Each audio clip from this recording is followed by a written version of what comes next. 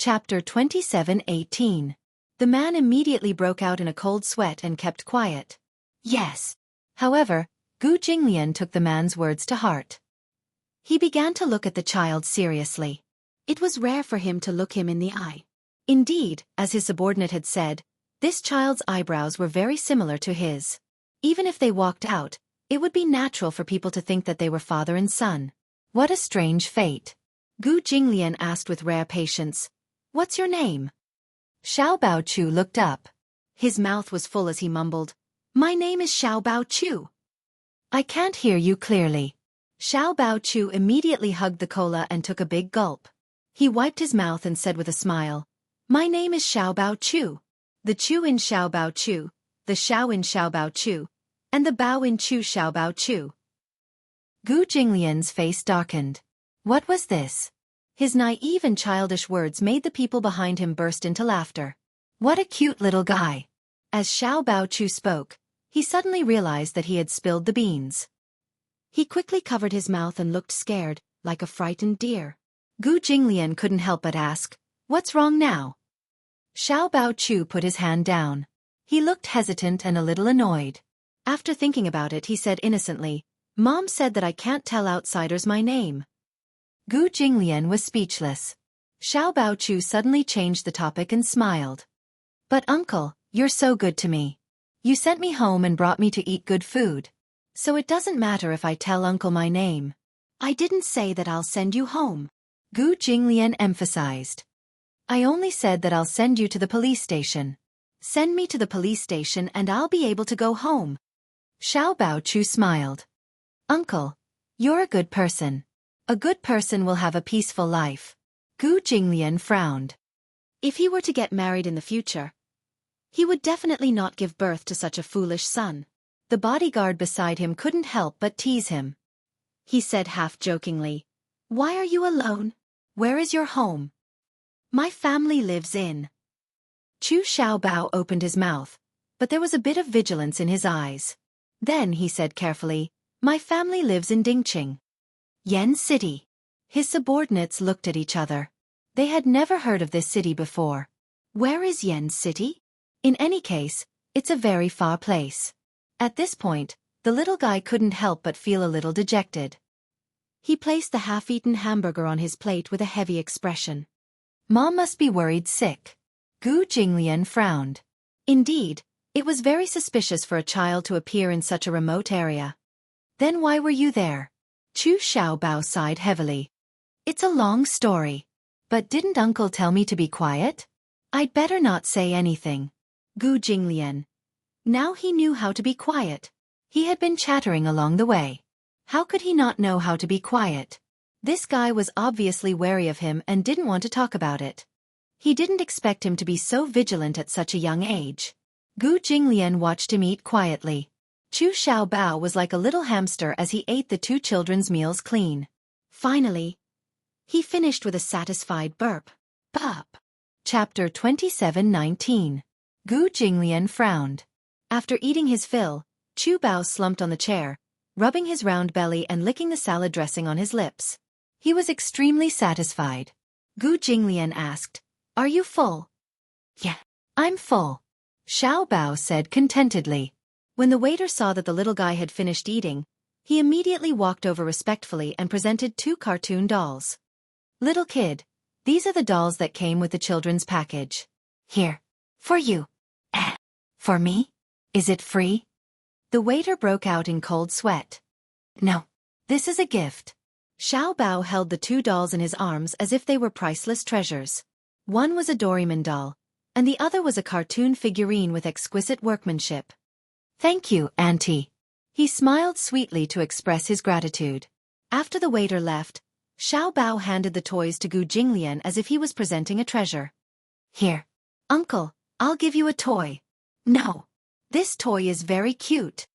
Xiao Bao looked at him with some confusion. A child's world was simple after all. He felt that such a cute toy could actually make him unmoved. He couldn't help but feel a little helpless and said reluctantly, "Since uncle doesn't like it, then I'll have to accept it." What a sly brat. Gu Jinglian got up. "Let's go. I'll send you to the police station." Xiao Bao hugged the toys and jumped off the chair with his round belly. However, he was annoyed to find that he seemed to be too full and couldn't walk properly. In addition, he had walked for the whole day and his feet were badly bruised. Earlier, he had been thinking about the delicious food, so he didn't have any scruples. Now that he was full, the pain in his feet was even more obvious. Gu Jinglian had just turned around when he felt a heavy weight on his thigh. He looked down coldly and saw Xiao Bao hugging his thigh. He said eagerly, "Uncle, hug." The bodyguards behind him were dumbfounded. This child was really daring. He actually asked for a hug from the boss? Can't you walk on your own? Gu Jinglian ignored him.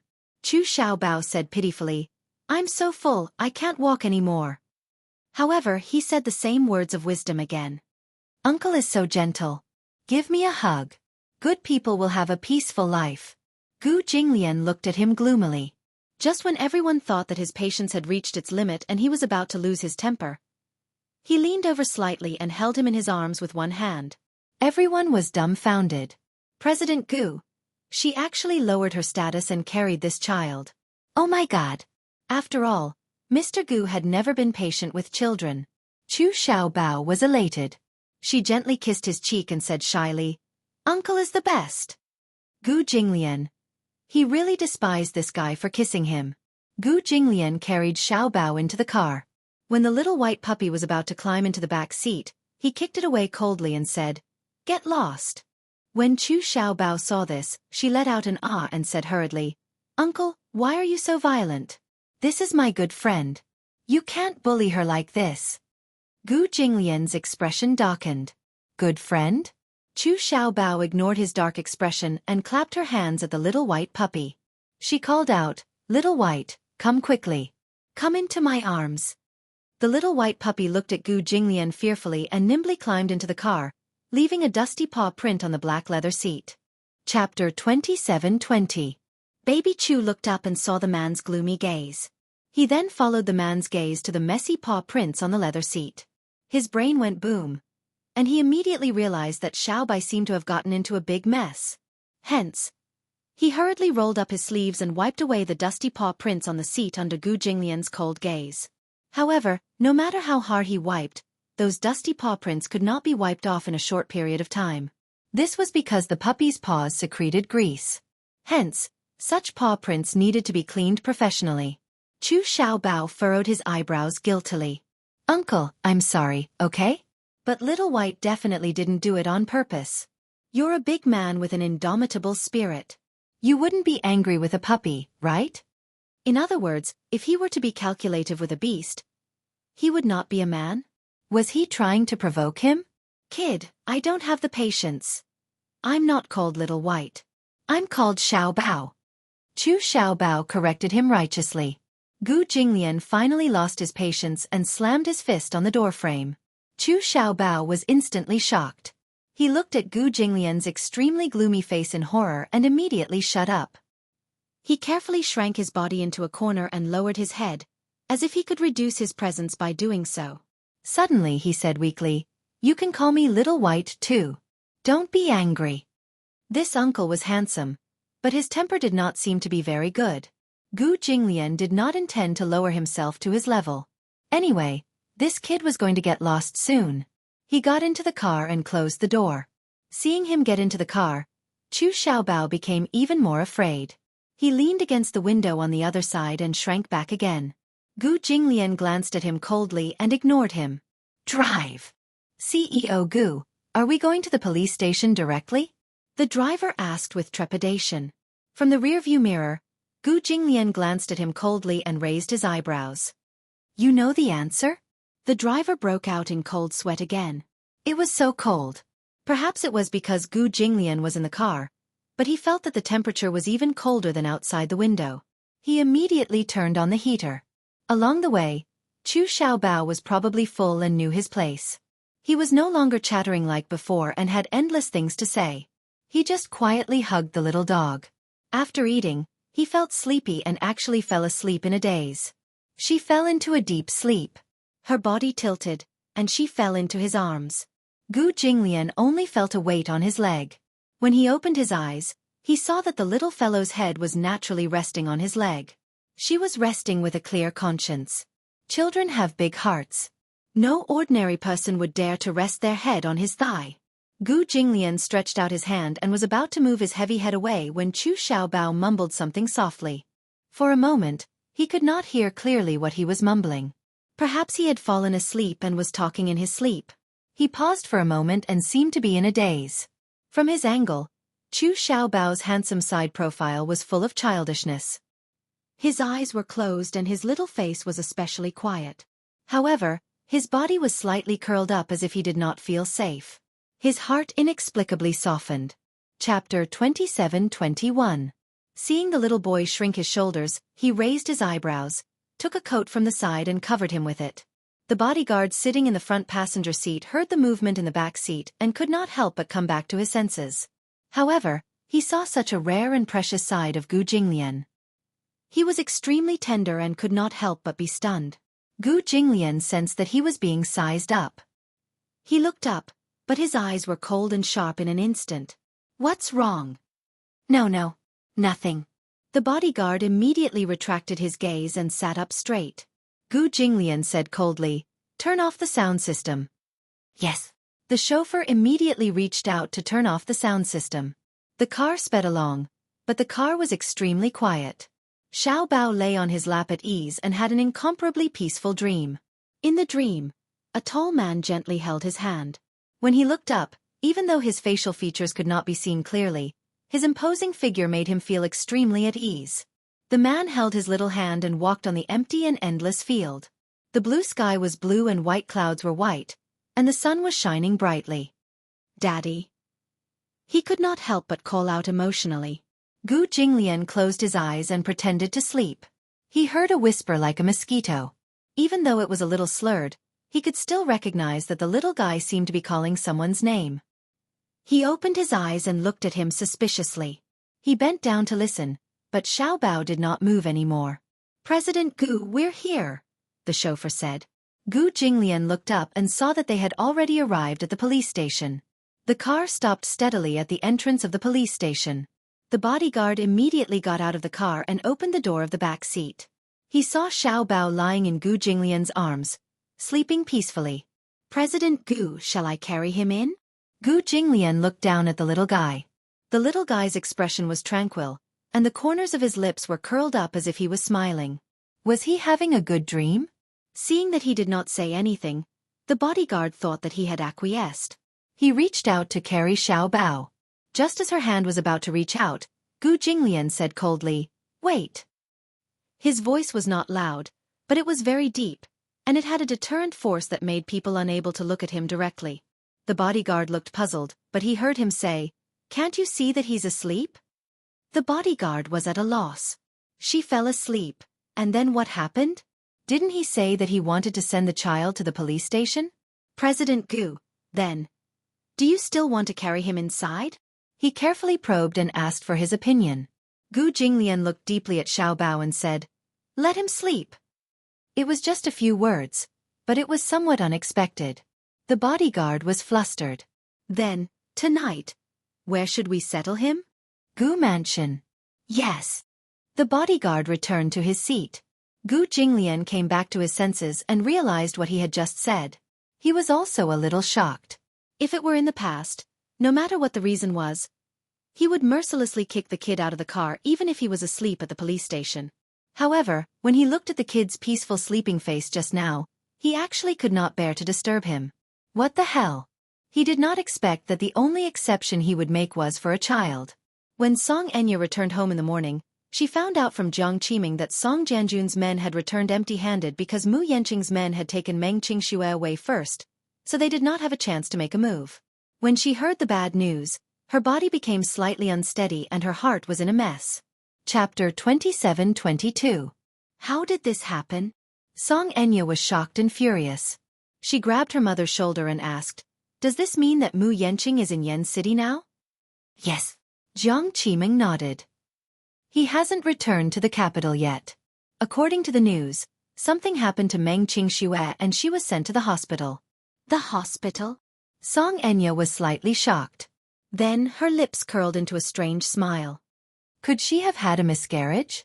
We don't know about that. Let's hope that's the case. In any case, the child in her stomach can't be kept. Song Enya was slightly stunned and asked uneasily, what if it's not a miscarriage? Since Mu Yenqing has found her, he'll bring her back. If that happens, we'll be in trouble. Indeed. If Mu Yenqing brings that B*TCH back, it'll be a very troublesome matter. What should we do then? Song Enya was completely flustered. She could not help but resent those two men for being so useless and stupid. In the evening, when Song Zhenghua returned home, Song Enya immediately asked for his opinion. Dad, how should we get rid of that little vixen Meng Qingxue? Uncle's men were a step too late. Mu Yenqing has already taken Meng Qingxue away. He was probably the only one in the Song family who was clear-headed and rational right now. Song Zhenghua did not answer her directly. Instead, he asked sternly, where exactly did you go when you left the house in a hurry this morning? Yes. Jiang Qiming also thought of this problem. I called you for breakfast this morning, but there was no one in the room. Where did you go so early in the morning? When Song Enya heard this, she stammered, seemingly deliberately avoiding the topic. Song Zhenghua slammed the table and rebuked angrily. Are you still trying to hide things from us at this point? Or did you do something ridiculous behind our backs again? No, Dad. Song Enya had no choice but to reveal everything that had happened this morning and her original plan. When Song Zhenghua heard this, he was so angry that his lungs almost exploded. He felt that it was unreasonable and said in exasperation, how dare you do such a thing? Song Enya found it hard to accept his uncontrollable anger. She said indignantly, what else can I do? As matters stand, this is the only way I can think of. As long as the child in her womb exists, it will be the greatest threat to me. Song Zhenghua scolded, but you can't do that. What if Mu Yenqing finds out? So what if he finds out? Despite her stubbornness, she could not help feeling a little guilty. What you're doing will only make Mu Yenqing hate you more. The relationship between the two of you is like an abyss of suffering. If he knows that you have such a vicious method, he will definitely guard against you in the future. I think your cultivation is still too shallow. Once someone like you marries into a tiger's den like the Mu family, you will definitely be plotted against. Even though the Mu clan's momentum was in decline, everyone in the Mu clan had profound skills. You can't win. What can I do then? Song Enya said aggrievedly, we can't just keep that child, can we? Chapter 27-23. Song Zhenghua paused for a moment before continuing. Since he was willing to put down his pride and bring people to look for Meng Qingxue, you should know that this woman is not ordinary in his heart. It can be said that Meng Qingxue's status is much higher than yours. If she had some tricks up her sleeve, even if she didn't marry into the Mu family, she could still suppress you. That B*TC. Song Enya gritted her teeth in anger. Then what should I do? Since Mu Yenqing wants to bring Meng Qingxue back to the capital, why don't we let her come back? Are we just going to sit back and do nothing and let Mu Yenqing bring Meng Qingxue back to nourish the baby? Song Enya was puzzled. Song Zhenghua sneered and said viciously, there are thousands of ways to get rid of a child. Why are you in such a hurry? As long as the child isn't born, it's still in your favor. Song Enya turned her head away angrily. Song Zhenghua's tone softened a little as he sighed. Your brother has no future in life after that accident. As for Enshi, she's still too young and insensible. In the entire Song family, I'm counting on you. Dad. Song Enya's eyes reddened. I feel that this is the worst kind of life. Who do you think is to blame now that things have come to this? At the mention of this, Song Zhenghua was furious. You clearly have such a good hand, but you brought this upon yourself. Back then, I advised you to let go of Mu Yaja, but you refused to listen. Song Enya knew that she was in the wrong. In the future, listen to me. Don't be stubborn and act rashly. I won't harm you. You're still young. Don't be stupid in the future. Song Enya gritted her teeth and suddenly said, I understand.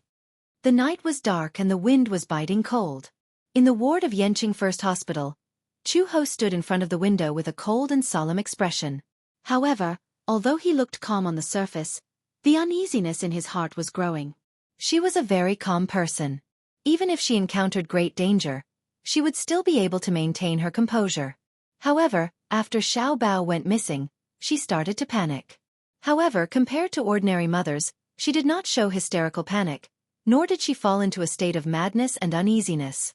The worst thing was that when she was pouring water, she had a lot on her mind and accidentally spilled the water on the ground. It wasn't that she wasn't anxious, but she knew that meaningless panic was meaningless. She had to be more rational to keep a clear head. It had been 24 hours since Chu Xiaobao went missing. She didn't report the case because even she couldn't provide any clues. Without any clues, even if she started an investigation, there wouldn't be any progress.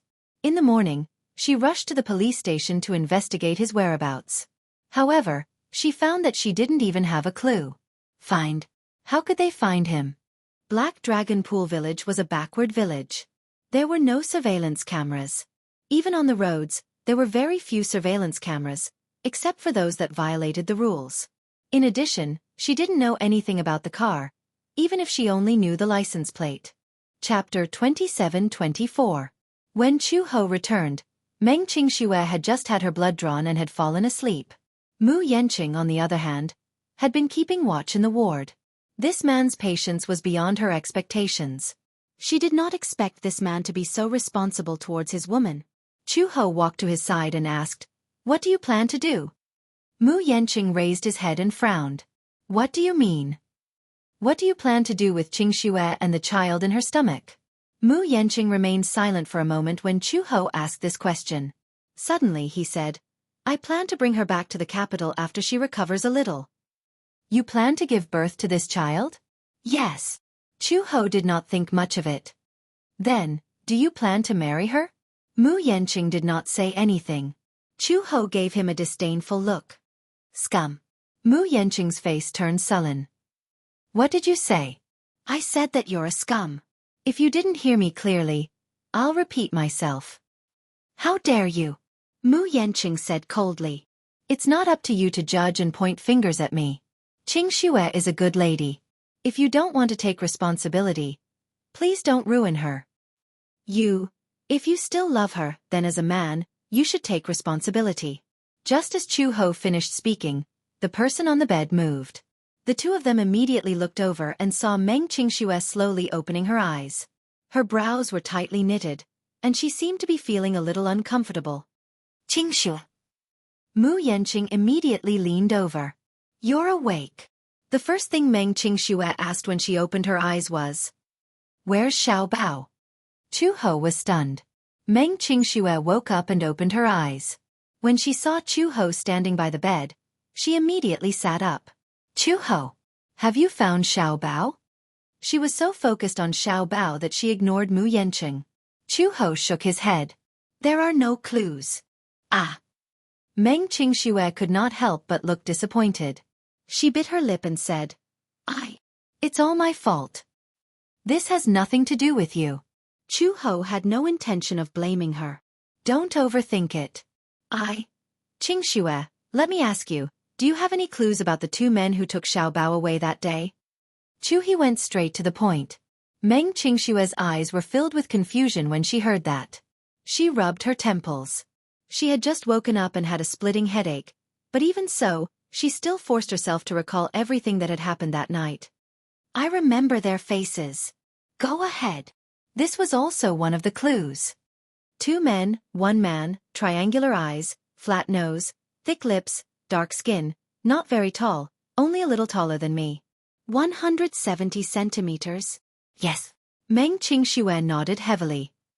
From his accent, he seemed to be from the north. The other man also had a northern accent. His eyebrows were thick, his eyes were a little prominent, his nose was high, and his lips were thin. He gave off a fierce vibe. That day, the two of them were wearing black clothes, and then, Meng Qingxue thought hard again. Suddenly, she thought of something and her eyes lit up. "I remember the license plate of their car. If there's a license plate, can we find them?" "You remember the license plate?" Chu Ho was a little surprised. Hope finally rekindled in his heart. Chapter 27-25. Yes. Although it was dark that night, the lights in the house and the license plate reflected some light. I kept chasing after them, but when I saw that I couldn't catch up, I memorized the license plate. Chu-ho immediately asked, "What's the license plate?" "Black A87B9L. Okay." Chu-ho repeated it silently and memorized it. "I'll go to the police station right away and investigate this license plate." "Could it be a set of cards?" Mu Yenching suddenly asked. Chu-ho said, "It's better to have a clue than not." She picked up her clothes from the clothes rack and was about to walk out of the door when Meng Qingxue rolled out of bed. "Chu-ho, I'll go with you." "No. You're too weak." Chu-ho said again, "Stay here and rest. See if you can think of other useful clues." With that, she left in a hurry. Meng Qingxue leaned back against the bed in a daze. From the corner of her eye, she caught sight of Mu Yenching sitting at the side. Her face turned cold and she turned her face away. "Qingxue." Mu Yenching frowned and suddenly asked, "Why did you leave just like that night?" "What else?" Meng Qingxue retorted coldly. "Since there's no hope, shouldn't I just let go? Do you still want me to be like how I was in the past, to compromise and submit to adversity? Even if there's no hope, to watch over you humbly like a fool? Then, to turn a blind eye to your indifference and continue to accept you humbly, waiting in the dock for you to change your mind?" Mu Yenching was speechless. "That night, I originally wanted to put an end to the relationship between you and me." Meng Qingxue said, "I made up my mind and packed my luggage. I called you and wanted you to make a choice. Either we get married and live together, or I leave you and return your freedom to you and me." "Call." Mu Yenching said, "I was drunk that night and didn't receive your call." "Yes. You didn't receive my call. It was another woman who did." Meng Qingxue smiled bitterly. "She said that you were at her place and had fallen asleep because you were tired. Was I supposed to foolishly pretend that I didn't know? Then, like those concubines in ancient times, wait for you to come back from another woman's side before pampering me?"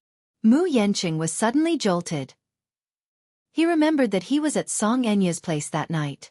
Could it be that Song Enya had said something to agitate her, causing her to leave in a rage? "What did she say to you?" "I forgot. I don't want to remember it, either." Meng Qingxue appeared very aloof. Mu Yenching explained, "Nothing happened between us that night." "Do you think I'll believe your one-sided story again?" "When did I lie?" "What you did is what you did, and what you didn't do is what you didn't do." Meng Qingxue smiled. "Do you dare to swear?" "If an oath really comes true, I can swear." Meng Qingxue. Mu Yenching continued, "Qingxue, come back to the capital with me. Don't worry, I will take good care of you until you give birth to the child.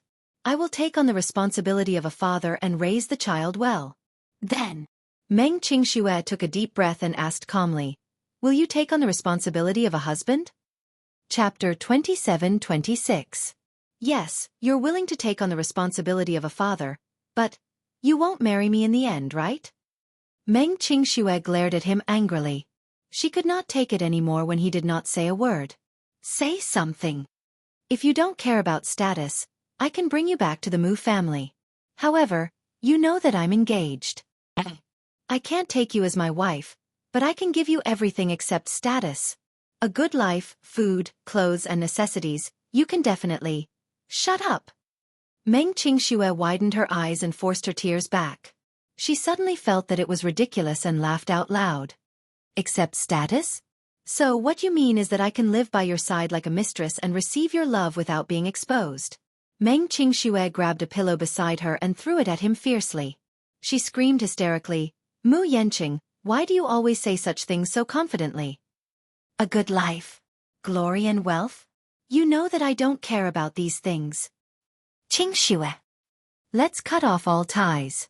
Meng Qingxue suddenly burst into tears. "I don't want to love you anymore. I don't want to live that kind of life anymore.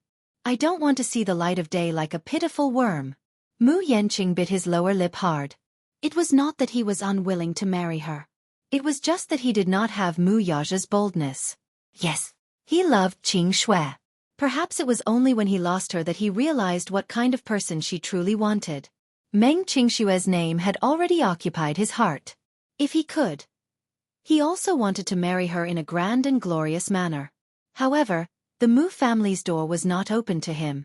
He could not marry Meng Qingxue just because he wanted to. The Mu family paid attention to family background.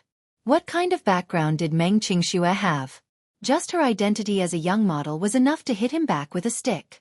However, he really could not give up on her. Qingxue, I promise you that I'll cut off all ties with any woman. I won't be a playboy anymore, and I won't touch other women. I will love you, only you, but I can't marry you. My family background, my identity.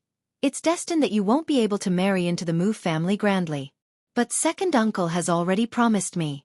When the time comes, I'll marry you into the Mu family. Although you won't be my official wife, you'll still be my woman. Concubine? Meng Qingxue asked back. Her eyes were like a dead pool, dim and lifeless. Mu Yanqing's heart ached as he looked at her despairing expression. Qingxue, Meng Qingxue sneered and interrupted him. Mu Yanqing, you always have 1,000 ways to trample on me.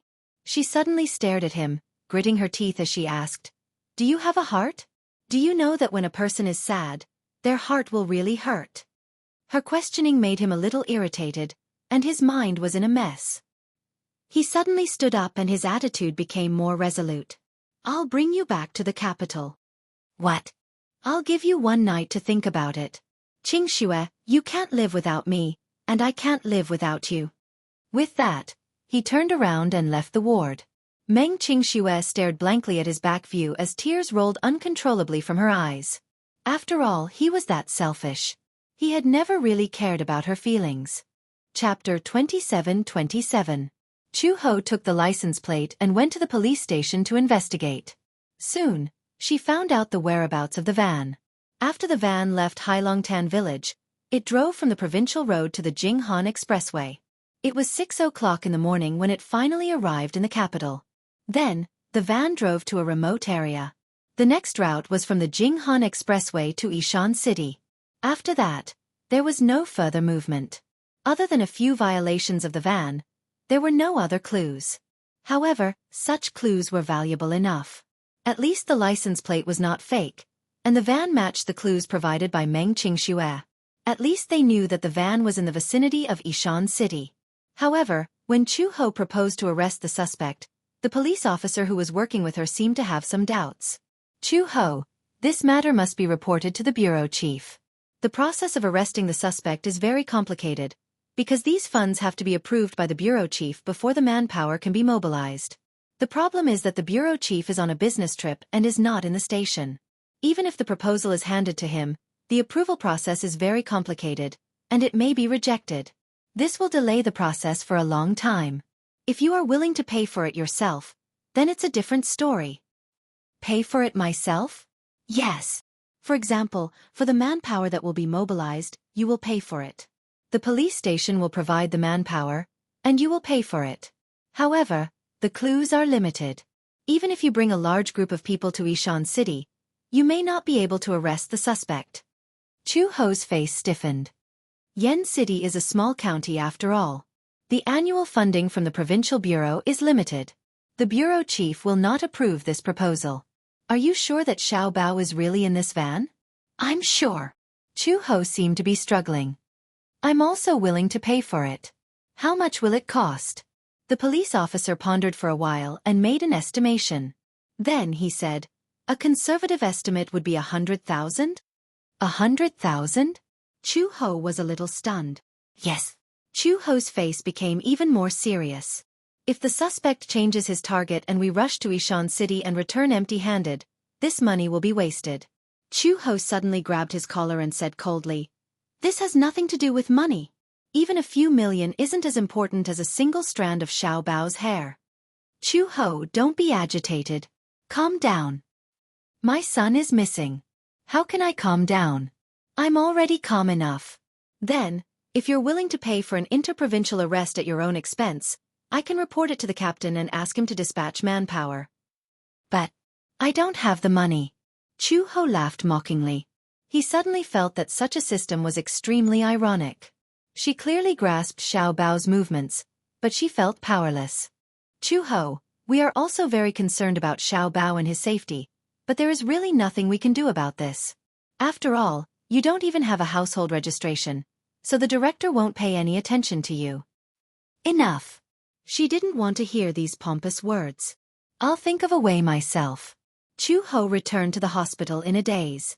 Just as he walked to the door of the ward, he saw Mu Yenqing standing at the door, leaning against the wall and smoking silently. She walked into the ward as if she did not see him. Meng Qingxue saw her return and asked nervously, Chu-ho, have you found any clues? Chapter 27-28. Meng Qingxue could not help feeling a little disappointed when she saw her expression. What's wrong? The license plate doesn't match? We already know the car's whereabouts. It's a white Baojun 730. Yes, that's right. However, I don't know the model of the car. I only know that it has 7 seats and is very big. However, the back seat has been dismantled, and the logo is a horse. After the car drove to the capital, it went to Ishan City. Then, since we've got a lead, shouldn't we be able to arrest the suspect immediately? We need the chief's approval. Meng Qingxue looked puzzled. What do you mean? We're just commoners. The chief won't pay attention to this case at all. Even if we have the suspect's whereabouts, an interprovincial arrest requires 100,000 yuan. The annual budget allocated by the provincial bureau is limited. The chief won't use that sum of money for a small fry like me. Besides, I don't have 100,000 yuan at all. Meng Qingxue was stunned and felt a little anxious. Then, are we just going to sit back and do nothing? We clearly have the suspect's whereabouts. Are we just going to sit back and do nothing because of this reason? Qingxue, this society is very cruel. Everything depends on one's background to make a living. You don't have one, so who will pay attention to you? Meng Qingxue was speechless. Chu-ho said, I'll think of another way. I can help you find the person. Mu Yenqing's calm voice came from behind. Chu-ho and Meng Qingxue turned their heads in unison, only to see him enter the ward.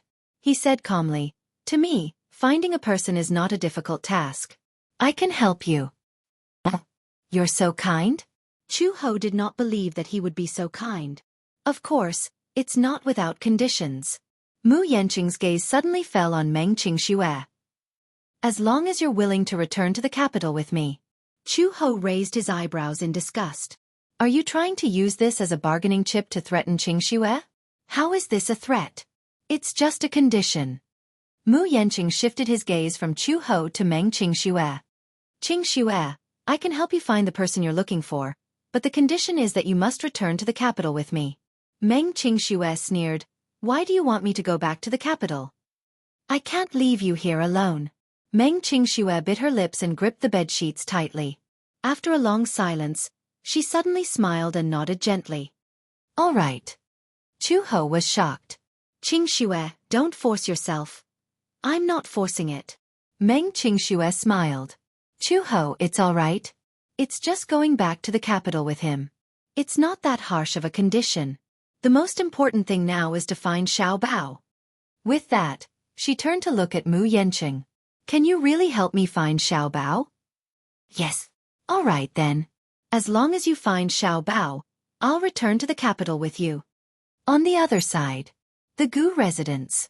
In the spacious bedroom, Xiao Bao lay on the bed with his limbs stretched out. He slept exceptionally soundly through the night without any dreams. He woke up early in the morning. When he opened his eyes, the first rays of the morning sun had just appeared outside the window. He sat up and looked around. The spacious room was designed in an antique Chinese style. Even the furnishings were full of classical charm. It was solemn and elegant, and it was extremely grand. Chapter 27-29. It must have been sent by that kind-hearted uncle, right? He didn't throw him to the police station? He got out of bed and walked out of the bedroom. This was a very large suite. Other than the bedroom, there was a living room, a study, and a large bathroom. Walking into the bathroom, he was pleasantly surprised by the huge bathtub. Wow! It's so big! He mumbled exaggeratedly. The little white dog, who had been resting in the living room, immediately ran over excitedly. It circled around him and stuck out its tongue. Woof woof! The sound was crisp. Chu Xiaobao picked it up and rubbed its little head, only to find that someone had given the little white dog a bath. Its originally dirty fur had become incomparably white and beautiful. Its body smelled fragrant. Little White, you smell so good. Who gave you a bath? Little White huffed and stuck out its tongue, but naturally, it wouldn't answer him. The little dog's crisp barks alerted the servant guarding outside the door. There was a knock on the door. Immediately after, a maid in a cheongsam pushed the door open and entered. She smiled and said, "Xiaobao, you're awake?" Chu Xiaobao was shocked and looked at her a little warily, appearing to be extremely guarded. "Who are you?" "You can call me sister." The maid squatted down gently in front of him and said gently, "I'll give you a bath, okay? I wanted to give you a bath last night, but Master saw that you were asleep, so he told us not to wake you up." "I can bathe myself. I don't need your help." Gu Nianji was young, but since he was young, he had been taught that there were differences between men and women. Naturally, he would feel shy when a woman of the opposite sex bathed him.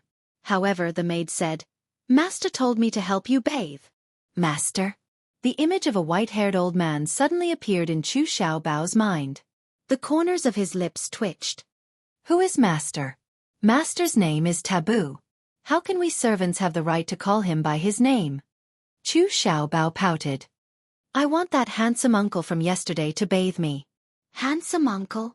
"Yes. It's that uncle who is very good-looking but looks very fierce." The maid didn't know whether to laugh or cry. "Xiaobao, the man you're talking about, is it Master?" Chu Xiaobao was speechless. "He's not old. He's clearly very young." The maid didn't know whether to laugh or cry. This Master was not referring to the old grandpa. In the Gu residence, everyone in the Gu family had to respectfully address Gu Jinglian as Old Master. The Gu family was a wealthy family with 100 years of history. Therefore, the system in the family also maintained the old rules. Old Master was a respectful title for the head of the family. Gu Jinglian was the head of the Gu family because everyone in the Gu family had to address him as such. "Master is still resting. Let me wash you." "No." Chu Xiaobao lowered his head awkwardly, his face red. "If you bathe me, I'll feel weird." "Then I'll stand aside and watch you. How about you wash yourself?" The bath was very deep. If such a young child were to slip, it would be very easy for him to drown. She had this concern. Chu Xiaobao reluctantly agreed. The maid carried him into the bathroom, ran a bath of hot water for him, and carried him in. Chu Xiaobao protected his chubby body and asked with a red face, "Can you turn your back? I'm a little embarrassed if you look at me." This little guy even knew how to be embarrassed.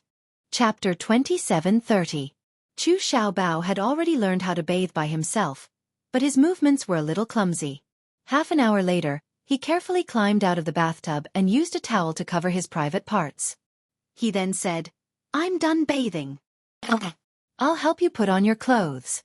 "No. I'll wear my own clothes myself. I don't need your help." The maid had no choice but to bring the clean clothes over.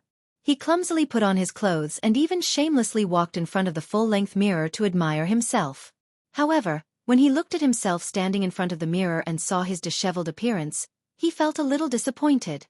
He rearranged his clothes until the mirror reflected his clean and tidy appearance in a shirt. Only then did he smile in satisfaction. However, the clothes seemed a little too big. In fact, these clothes were not bought according to his size. In the middle of the night, the clothing stores were all closed. Gu Jinglian asked his subordinate to prepare a set of clean clothes for Chu Xiaobao. His subordinate searched the Gu residence and coincidentally, the son of the Gu family's butler was 6 years old. He had bought a few sets of new clothes and had not had the time to wear them, so he contributed them to the Gu residence. However, only the hem of the clothes was a little too long, so they barely fit him.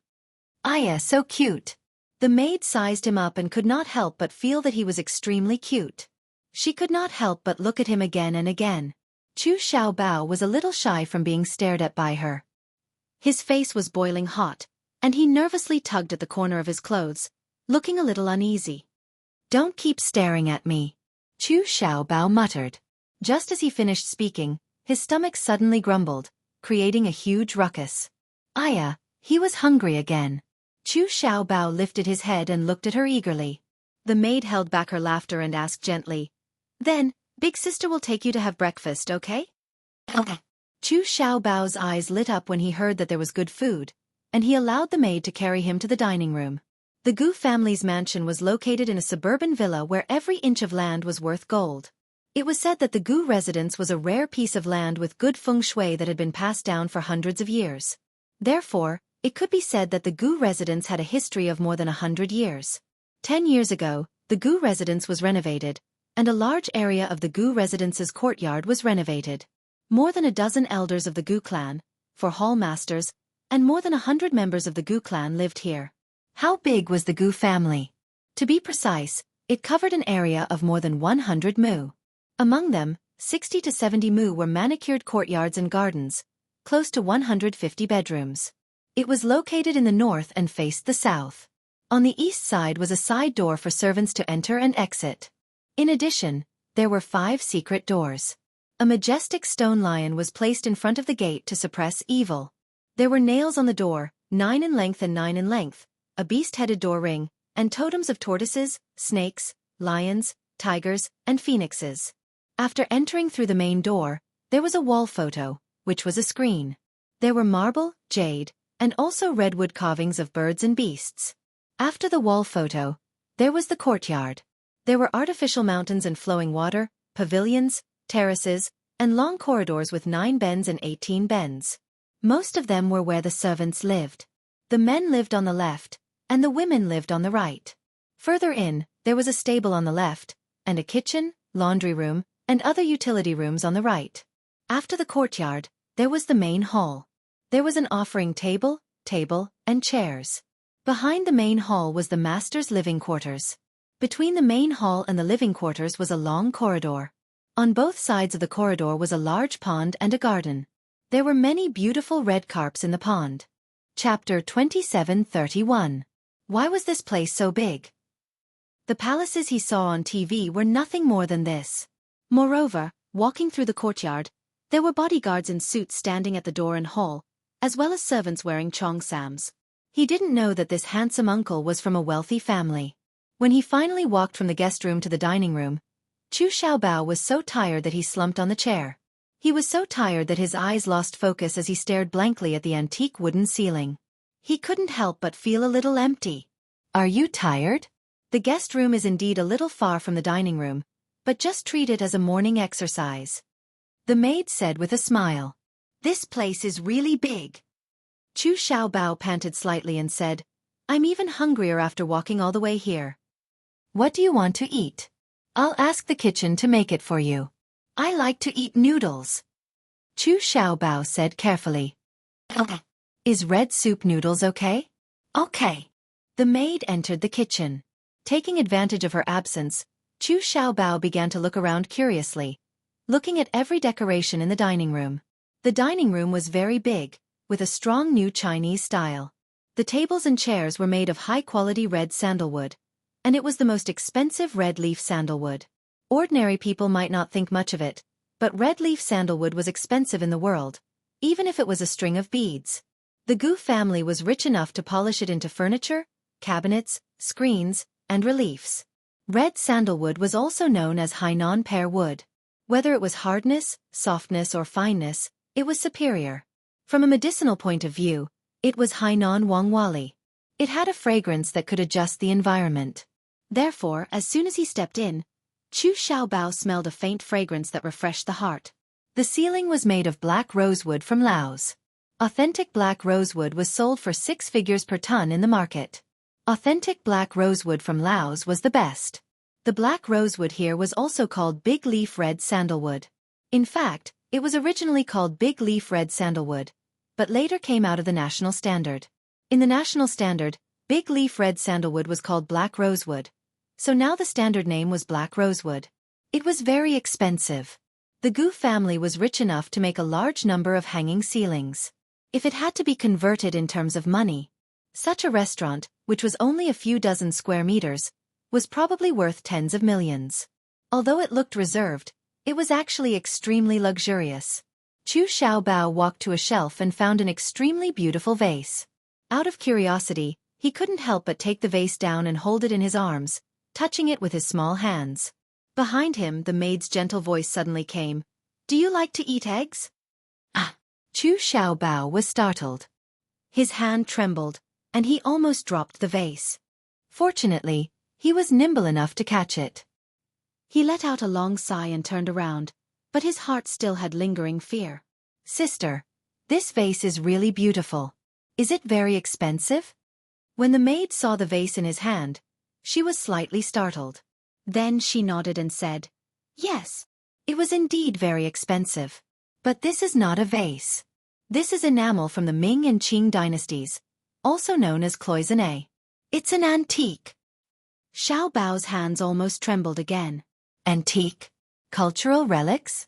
He had seen special reports on cultural relics in the Forbidden City on television, so he had a very clear understanding of cultural relics.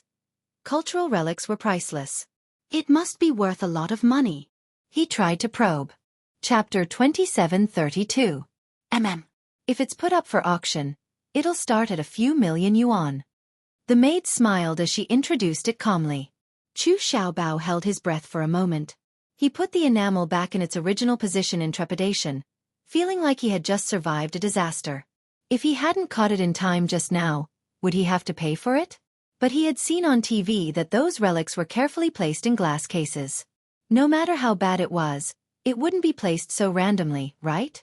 What if an antique vase was placed in the dining room and someone accidentally broke it? Chu Xiaobao asked with lingering fear. Since this is an antique vase, why is it placed here so casually? Shouldn't it be more particular and be worshipped properly? The maid said disapprovingly. Old Master ordered this antique to be placed here. Why? Chu Xiaobao was even more confused. Because Old Master thought it would look good here. What kind of reason was that? This handsome uncle was so rich that he didn't even care about antiques and placed them casually. He didn't feel the pinch even if they were broken? He was so envious. If he was so rich, he could eat 10 sanding buns every morning. He wouldn't have to worry about saving money for lunch. He could eat and drink as much as he wanted. If he was as rich as this handsome uncle, wouldn't he be able to eat all the delicacies in the world? Forgive him for being so useless. As long as he could eat his fill, wear warm clothes, and have an endless supply of delicious food every day, he would feel very happy.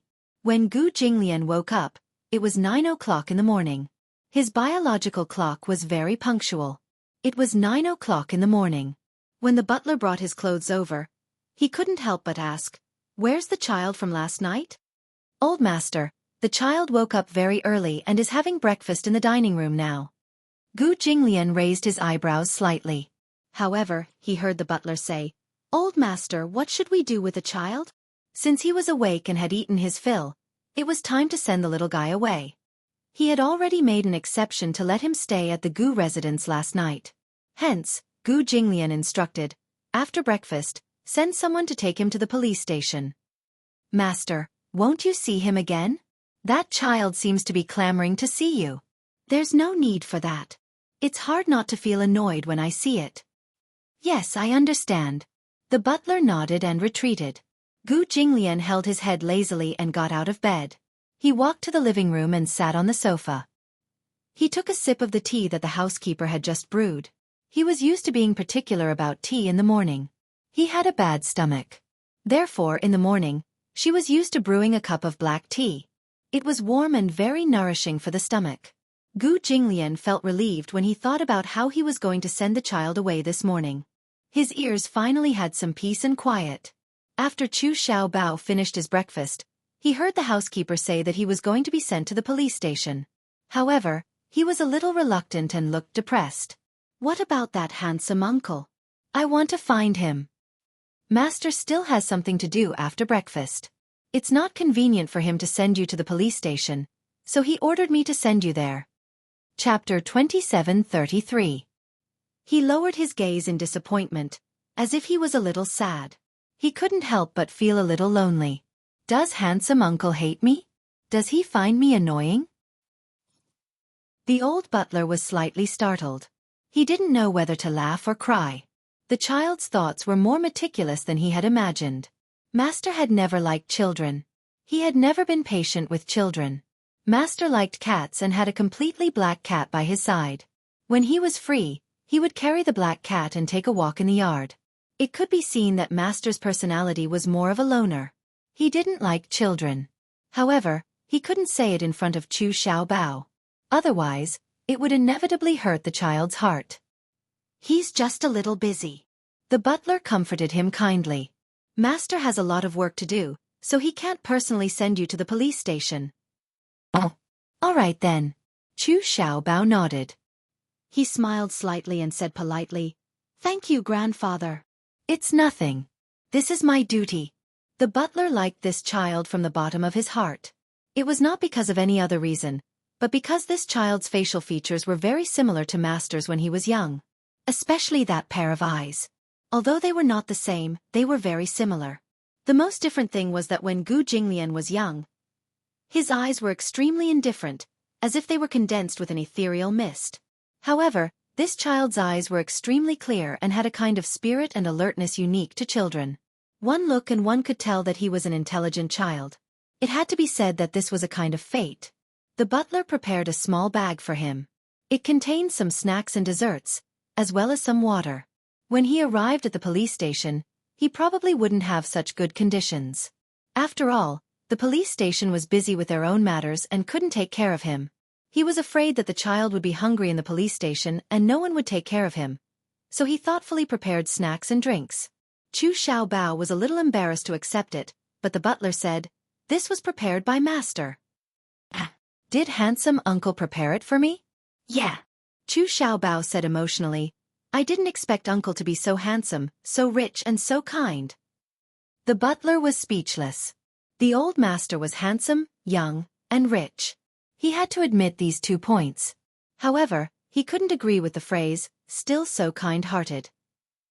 After all, the child was innocent and did not know the ways of the world. The Gu family was not a good place.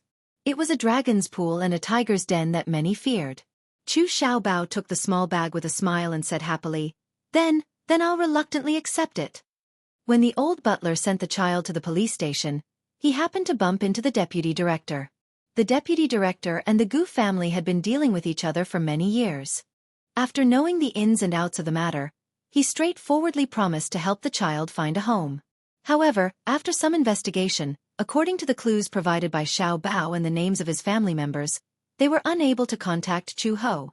Because the internet did not have Chu Ho's household registration information. As for the phone number provided by Xiao Bao, when he called it, he was notified that it was not in service. Chu Xiaobao stared at the number in confusion for a long time. He didn't know if he had remembered it wrongly, but in his memory, this was the number. Chapter 2734. The deputy bureau chief was also in a dilemma for a moment. He patiently asked if Xiaobao had remembered wrongly. Xiaobao scratched his head, and for a moment, he also had some self-doubt. He used to memorize Chu He's phone number by heart, but he rarely called her. Usually, he would just stay at home and watch TV if there was nothing important. Chu He asked him to memorize her number just in case. However, as time passed, he could not remember the number clearly. When he tried to recite it with difficulty, it was indicated that the number was no longer in service. The deputy bureau chief started from the household registration information, but he could not find any information about Chu Ho. This was natural. Strictly speaking, Chu Ho was a missing person. After being missing for 4 years, the family could apply for the cancellation of the household registration. But what was even more worrying was that Chu Ho did not have any memories of her identity. She had tried to find her identity, but she could not find any information about her on the internet. When she lost her memory, she went through the police network. Whether it was DNA comparison, face comparison, or ID card information database, she could not find any information about her past. There was no information, only a few special identities. First, Chu Ho might have been a returned Chinese in the past. She did not have any nationality, so it was difficult to search her country's information database. Second, it was unlikely that she was an illegal resident. Third, her identity was special. For example, if Chu Ho was a special organization of Juandue, it would be difficult to find her identity information on such a network.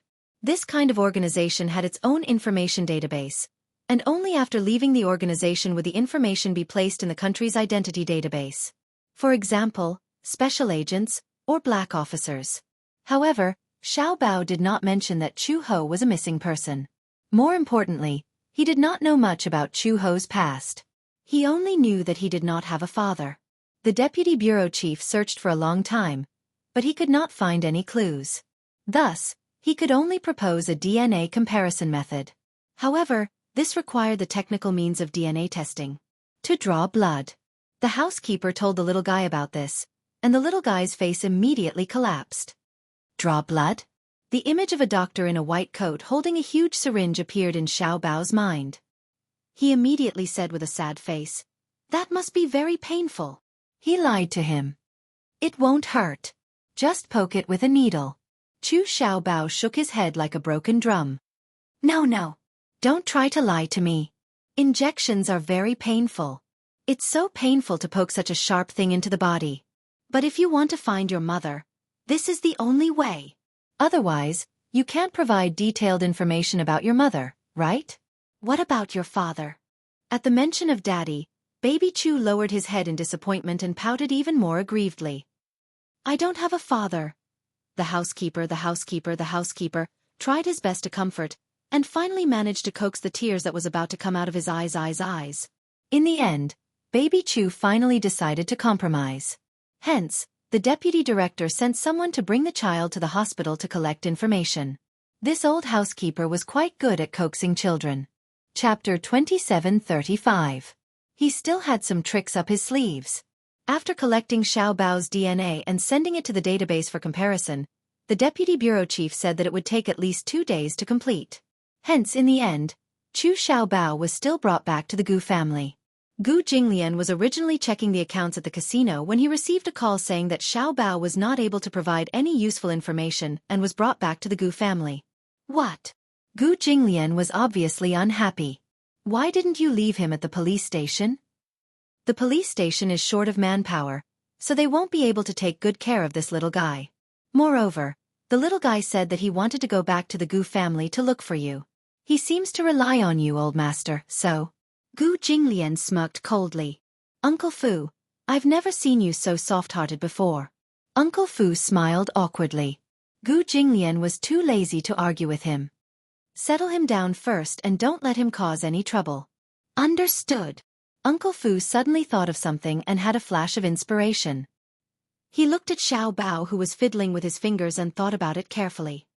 "Old master, this little guy looks so much like you. Do you want to do a DNA test with you? Are you suspecting that he's my child?" Gu Jinglian's lips suddenly turned cold and his tone froze. "Do you think that with my style, I would be so sentimental as to leave a child outside?" "No, I don't mean that. Old master, please don't think too much, I'm just..." Gu Jinglian snorted coldly and could not be bothered with him. He hung up the phone and continued to check the accounts. The accounts of the casinos were huge and could easily reach hundreds of millions. Generally speaking, he would personally check the accounts to prevent anyone from tampering with them. Checking the accounts of the 4 major casinos under the Gu family's name was extremely complicated. Only a capable person like Gu Jinglian could do it in a day. When the checking of the accounts was completed, it was already 8 o'clock in the evening.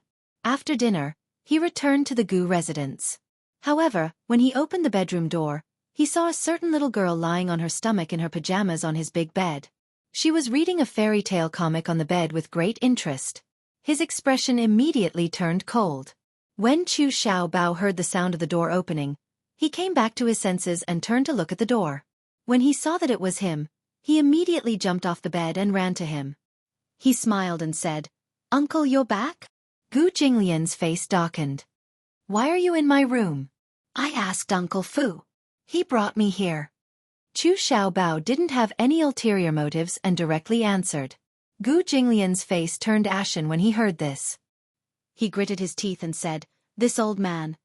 Uncle, please don't blame Uncle Fu. I was the one who wanted to sleep with you." Chu Xiaobao still knew how to make excuses for others. Gu Jinglian resisted the urge to kick him out of the door. He raised his hand and pointed to the door. "Go back to your room." He was used to living alone since he was young. He had been alone since he was 3 years old. This habit had never been broken even after he became an adult and had a woman. Even though he had had a woman before, he had never stayed with anyone. He was already used to sleeping alone. Moreover, with his unreasonable obsession with cleanliness, he hated having too much physical contact with anyone. For women, it was just a biological need. I don't have my own room, Chu Xiaobao muttered, feeling wronged. Chapter 27:36. But it's so lonely to sleep alone. Moreover, the room is so big, I'm a little scared. I keep feeling that this house is eerie and scary, as if it's haunted. Chu Xiaobao had seen a domestic horror movie before, and the plot was set in such an ancient house. Just thinking about it made his hair stand on end. Gu Jinglian's gaze turned colder, and his thin lips parted slightly. Kid, my patience is limited. Before he could finish speaking, Chu Xiaobao suddenly grabbed his hand and led him to the sofa with a smile on his face. Gu Jinglian was pushed to sit on the sofa with a blank expression. Chu Xiaobao went behind him with a fawning expression and started to massage his shoulders vigorously with his two small hands. Uncle, are you tired? Let me massage your shoulders. Gu Jinglian was speechless. This kid seemed to be good at bootlicking. Trying to please me? He raised his eyebrows coldly and glanced at him from the corner of his eye. He was not going to fall for this. No. I really think that Uncle has worked hard. You must be tired after work. Let me massage your shoulders, you should be able to relax a lot. The corners of Gu Jinglian's lips twitched violently. Xiao Bao massaged his shoulders vigorously. Although he did not have much strength, he put in a lot of effort to massage him. After a while, he was sweating profusely and his back was covered in a layer of sweat. Gu Jinglian was too lazy to interrupt him. As he massaged his shoulders he said patiently, Uncle, your house is so big. Gu Jinglian did not reply. Xiao Bao continued to nag to himself, one bedroom is as big as my house. Moreover, the bathtub is so big, it can raise so many goldfish. And it's not good to live in a house that's too big. Xiao Bao said eloquently, such a big house makes people feel very insecure. Moreover, it's eerie, as if it's haunted. Chu Xiaobao saw that he was indifferent from the start to the end, and like a loyal dog wagging its tail, he walked over to him and lay on his lap. He lifted his little face, but his expression was so innocent that no one could bear to reject him. I'm most afraid of the dark and ghosts. If Mommy was here, she would sleep with me no matter how late she came back. So, Uncle, can you keep me company tonight? I'll tell you a story and coax you to sleep. He finally revealed his motive. This little fellow was only 5 years old, but he was already quite scheming. He knew that he had to curry favor with someone in order to achieve a goal. Gu Jinglian smirked and retorted, Do you think I'm you? It's okay. Uncle's sleeping alone. You're lonely? I can keep you company too. I'm a very interesting storyteller. I can tell you any story you want to hear. He did not have the habit of listening to bedtime. Gu Jinglian commanded coldly, Go back to your own room. Xiao Bao's expression froze. Gu Jinglian's coldness had frightened him. When he thought of going back to that big but eerie room and sleeping alone in the dark, he felt extremely aggrieved. He suddenly pouted, and his handsome and adorable face instantly wrinkled. His eyebrows were slightly furrowed, and he looked like he was about to cry. Chapter 27:37. Gu Jinglian suddenly felt a headache coming on. He was already fuming from reconciling the accounts. Now that he was crying and throwing a tantrum, his head hurt even more. As he cried, he saw Gu Jinglian's gloomy face. He was just putting on an act, but seeing that his expression was not, he was completely scared to tears. Hence, he sat down on the ground and rubbed his eyes with his chubby little hands. His wails were quite earth-shattering. It was as if the whole world was going to shake after his cries. Once a child's childish voice cried, his voice would be sharp and ear-piercing, especially loud. Gu Jinglian was shocked by his cries. He stared blankly at the crying little guy. Boo-hoo. Boo-hoo. Uncle, you're so bad. You're so heartless. Boo-hoo. Uncle, you're a bully, he cried bitterly, and as he cried, he complained about his crimes. Stop crying. Gu Jinglian shouted at him. He glared at him fiercely. His fierce gaze frightened the little boy even more. Before he could finish a coherent sentence, Chu Xiaobao cried hysterically again, abruptly interrupting him. Wah! Gu Jinglian suddenly had a splitting headache, but there was nothing he could do about it. He was at a loss. He shouted at him again, If you cry again, I'll throw you into the pond to feed the fish. Wah! Uncle wants to throw me to feed the fish. Wah! Chu Xiaobao cried even more sadly, as if Gu Jinglian had done something so outrageous that even the heavens could not tolerate it. Gu Jinglian wanted to strangle him. He had never been patient with children, let alone the ability to deal with them. Just hearing Xiaobao's cries echoing in his ears made him extremely irritated. The fiercer he was, the more Chu Xiaobao cried. His eyes were red and swollen, and tears kept flowing out of his eyes. Pay attention, they were tears. He did not know where this child got so many tears from. They flowed without stopping. Were his eyes the source of a spring? Gu Jinglian had completely lost his patience. He suddenly stood up and wanted to leave.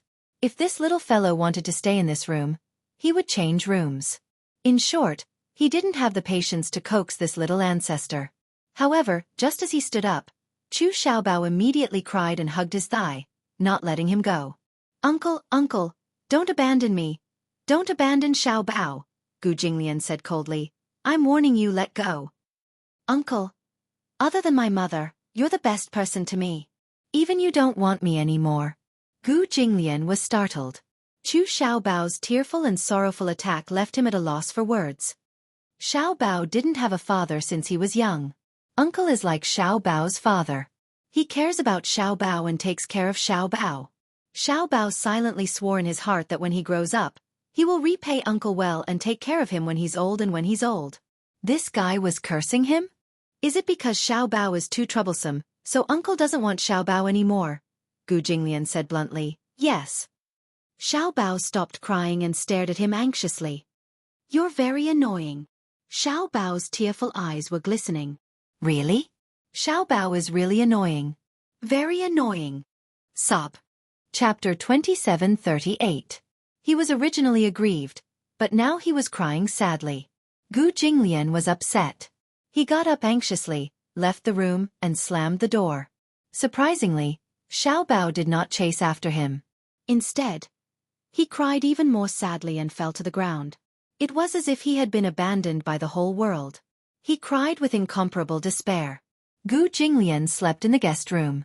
The guest room was very small compared to the master bedroom. He liked large rooms. Perhaps it was his personality. He did not like small spaces, just like his ambition that could not be underestimated. Xiaobao's crying made him full of anger. He went into the shower and took a cold shower. After washing up, he lay on the bed, but he could not fall asleep. Baby Chu's cries reverberated incessantly in her ears. He was completely brainwashed by his crying. He never thought that there would be a child who was not afraid of him at all and liked to stick to him. He never thought that he was fated to be with children. Young children tended to like people who were approachable. However, it was precisely the key word of approachability that he had no contact with. Unfortunately, he met this little brat. No matter how he threw a tantrum, glared at him fiercely, and shouted at him fiercely, he was fearless. Instead, he actually felt sad when he said those heart-wrenching words. Dependence? Why did this child rely on him for no reason? Gu Jinglian closed his eyes, but Xiaobao's pitiful little face appeared in front of him. He suddenly opened his eyes, and his childish words seemed to echo in his ears. Uncle, I'm scared. I'm scared. You are the person who treats me the best in the world besides my mother. Even you don't want me anymore? This little guy was quite pretentious. Was he still crying? Could it be that because of his unintentional hurtful words, he was so sad that he did not sleep and was still hiding in the room and crying? Another scene appeared in Gu Jinglian's mind. Xiaobao was trembling under the blanket alone, hiding under the blanket. Because he was afraid of the dark, he was so scared that he did not even dare to breathe loudly and was shivering. Children were all afraid of the dark, ghosts, and demons. He was only 5 years old, so he didn't have any ability to resist these things. What he said just now was indeed very hurtful. After all, she was a child. It was normal for her to be pretentious. Moreover, even if she liked to stick to him, it would only be for a short while. He was a man. Why would he be so calculative with a child? Gu Jinglian was caught in a dilemma. Half an hour later, he appeared at the door of the master bedroom again. He really felt like he was possessed. Gu Jinglian was dressed in his pajamas. He pushed open the bedroom door and thought that he would see the scene that he had imagined. For example, the clingy little brat was tossing and turning in fear under the blanket. However, as soon as he opened the door, The child's innocent laughter immediately rushed into his ears. Ha ha ha ha. It was so fun. I want more. Gu Jinglian looked in the direction of the voice and saw Uncle Fu sitting on the bed, holding 100,000 little jokes. Xiao Bao was lying under the blanket, shaking with laughter. There were tears in the corners of her eyes, but they were not tears of sadness or fear. Instead, they were tears of laughter from the jokes. Gu Jinglian was speechless. What the hell? Chapter 2739. The child's face and the weather in June could really change so quickly. Uncle Fu heard the commotion at the door and immediately looked up. When he saw that it was him, he immediately stood up and smiled wholeheartedly. Old master, why aren't you asleep yet? Not asleep yet?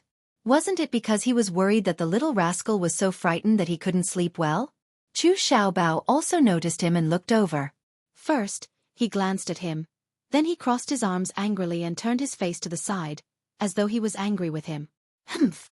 He seemed to be angry at him and snorted disdainfully. Angry at him? Gu Jinglian felt the anger that had subsided suddenly surge up again. He still had the cheek to be angry with him. Chu Xiaobao asked angrily, "Why are you back? You still have the cheek to look for me?" Chu Xiaobao said angrily, "Are you asking me to forgive you?" Humph! Scoundrel, big scoundrel, I won't forgive you. Gu Jinglian was so angry that his face was contorted. He glared at him, but before he could say anything, Xiaobao made a face at him and said, "Scoundrel, go away. I don't want to see you."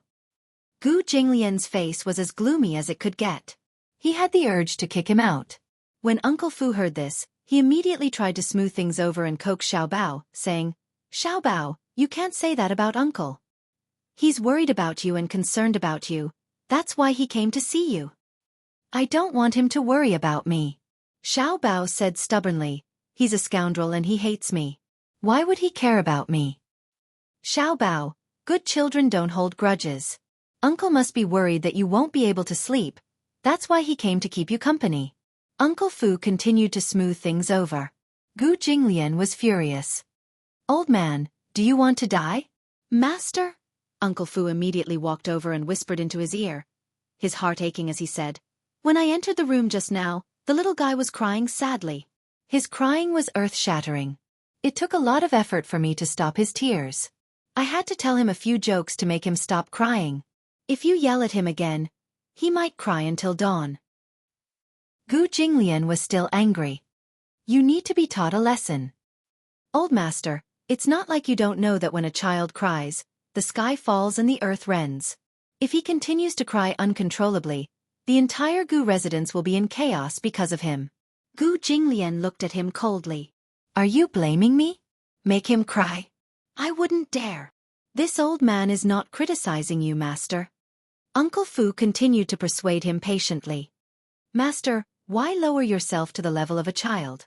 Moreover, children are a little childish and love to cry. But this child is sensible, cute, innocent and kind.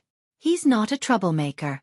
It's quite pitiful that he lost his father at such a young age. The Gu family will take care of him for 2 days at most. Once there's news from the police station, he will be sent home. Master, you're wise. Don't lower yourself to the level of a child." Gu Jinglian's face was still tense. "Why don't you go and coax him?" Uncle Fu tried to persuade him again. "I can see that this child likes you very much." Gu Jinglian took a deep breath. He didn't know where he found the patience to listen to Uncle Fu, and not lower himself to the level of Chu Xiaobao. Thus, he walked to the side of the bed and sat on his side, looking at him coldly. "Uncle, it's not good. Don't be angry, okay?" Chapter 2740. He did not have much patience, and this was his bottom line. However, Chu Xiaobao did not appreciate it at all, and continued to raise his little face proudly, looking as if he did not care about it at all. "Your apology is not sincere at all." Bang! Gu Jinglian's patience finally snapped. He clenched his fists tightly, making cracking sounds. Gu Jinglian suddenly clenched his fists. Uncle Fu saw that the situation was not good, and immediately rushed over and hugged his arm. "Master, calm down." Baby Chu was also frightened by the man's frightening expression. He swallowed hard as he looked at the latter's horrifying expression, for fear that his neck would be broken if he said another word. "If you have something to say, Say it properly, don't fight. The little guy warned seriously. Do you believe that I won't break your neck? He gritted his teeth. Chu Xiaobao was so shocked that he was tongue-tied. He was so frightened that he immediately hugged his own neck, his face pale. How savage! He knew it. This scoundrel's gaze was as if he wanted to break his neck. Murder is against the law. Here, my words are the law. Gu Jinglian said coldly. Brat, if you don't know what's good for you, I'll really throw you to feed the dogs. Woo! Xiao Bao pretended to cry again. Uncle Fu immediately comforted him with cold sweat.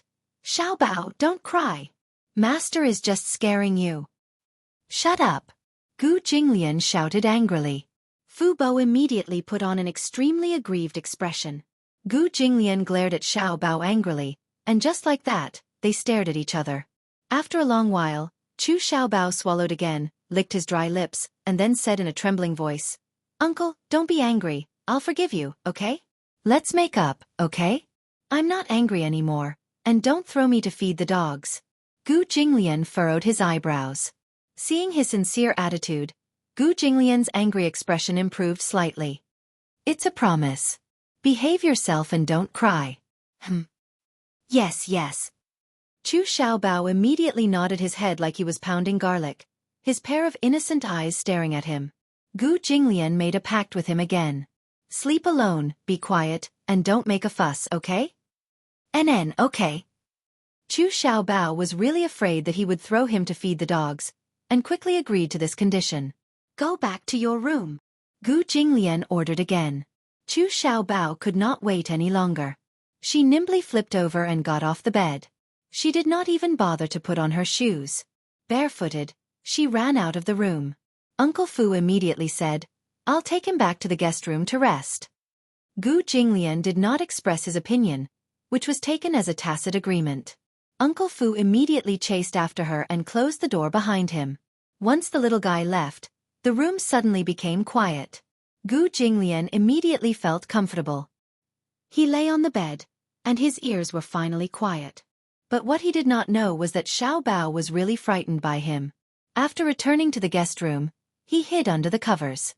He thought that if he was disobedient and restless, this bad uncle would really wring his neck and throw him to the dogs. He was terrified. So much so that when he returned to the room and hid under the covers, he was so scared that his whole body trembled. His tears and snot wet the pillow. No matter how Uncle Fu coaxed him, it was of no use. Gu Jinglian's words left a huge shadow in his young heart. It wasn't until dawn when the little fellow was tired from crying that he fell asleep in a daze with tears in his eyes. Chapter 2741. On the other side, another 24 hours had passed. Chu Ho finally began to feel anxious when he did not receive any news from Xiao Bao for a long time. No matter how resourceful Mu Yanqing was, it would still take some time to find someone. After Chu Ho provided the license plate number to Mu Yanqing sent his subordinates to look for him. Because of Meng Qingxue, Mu Yanqing could not personally go to look for him. He had to stay in the hospital to take care of her. Chu Ho originally wanted to go along, but Meng Qingxue said that if he went along, the gains would not make up for the losses if he encountered danger. It was better to let Mu Yanqing's men go and bring the person in the car back directly once they found him. Although Chu Ho was worried, he could only force himself to wait calmly for news. Indeed, it would not help if she went. If she encountered a sudden situation and could not get along with the team, it would be counterproductive. Hence, Chu Ho waited patiently in the hospital for news. Meng Qingxue was even more anxious than him. She liked Xiao Bao.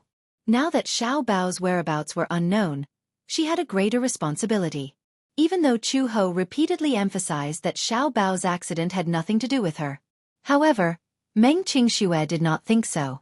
What she was thinking was that, if it were not her, baby Chu would not be implicated in this matter. Meng Qingxue was even more anxious.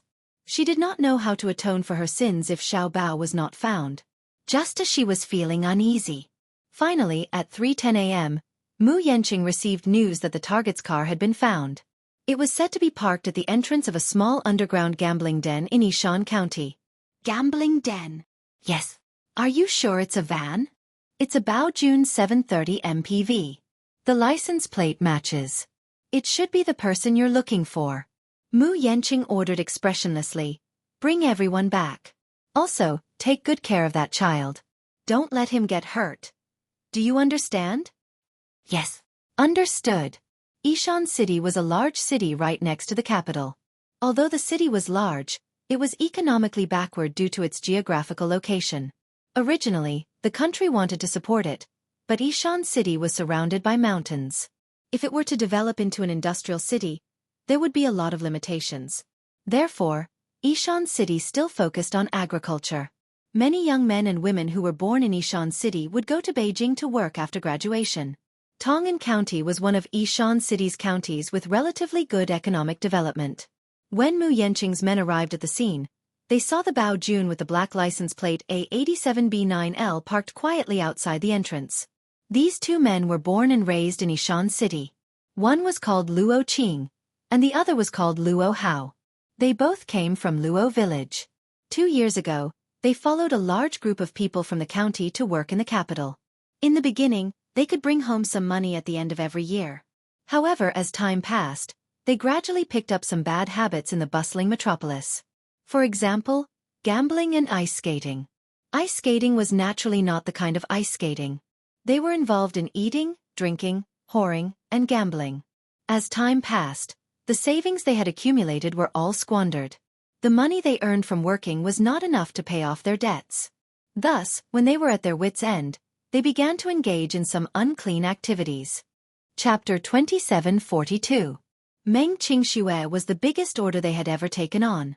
After robbing the money from Song Enya, they returned to Ishan City. Initially, they vowed to start a small business, but as soon as they returned to Ishan City, they plunged into the county's gambling den. In just 2 days, they squandered more than half of the money they had earned. When Mu Yanqing's men arrived, they followed the clues and found their car. Hence, they sneaked into the small gambling den. The gambling house was a common type of underground gambling house. They usually played bullfights and the like. It was not a big deal, but this was only compared to the big gambling houses in the capital. A single win or loss could easily cost thousands or tens of thousands. For Ishan City, where the average income per person was less than 2 days, this was already an astronomical figure. At this time, the atmosphere in the underground gambling den was at its peak. When he found Luo Qing and Luo Hao and Luo Qing were playing happily. Luo Hao was casually chewing on a cigarette with a poker card in his hand. Amidst the smoke, his eyes were half closed. Luo Qing was standing behind him, watching with great interest. Suddenly, someone patted him on the shoulder. Luo Qing waved his hand unhappily. "Don't bother me. I'm nervous." "Are you Luo Qing?" A man's incomparably cold voice suddenly came from behind. Luo Qing froze for a moment before turning his head in shock. When he did, he saw a few men in black suits standing behind him. They were tall and sturdy, and their expressions were cold. The man in the lead had a pair of hawk-like eyes that stared fixedly at him as if they were knives. Who are you?" Luo Qing swallowed hard and asked in a daze. "Don't care who we are." "Are you Luo Qing?" Luo Qing suddenly realized something, and his whole body began to tremble. He probably vaguely realized the identity of these people in front of him and staggered a step with a guilty conscience. Unexpectedly, he was also a quick-witted person. He knew that this group of people was coming for him and Luo Hao, so he quickly turned around and ran. "Chase after them." Luo Qing ran out of the door, quickly unlocked the car, and started it. Seeing that the men in black suits were about to catch up, he stepped on the accelerator and wanted to escape. Alas, who would have thought that he would fall into a trap? Did they not know who sent these people? Most of them were soldiers. After careful consideration, they had already guessed that these two people would be restless and want to escape. Hence, they had done something to the car in advance. The 4 front and rear tires were ruthlessly punctured.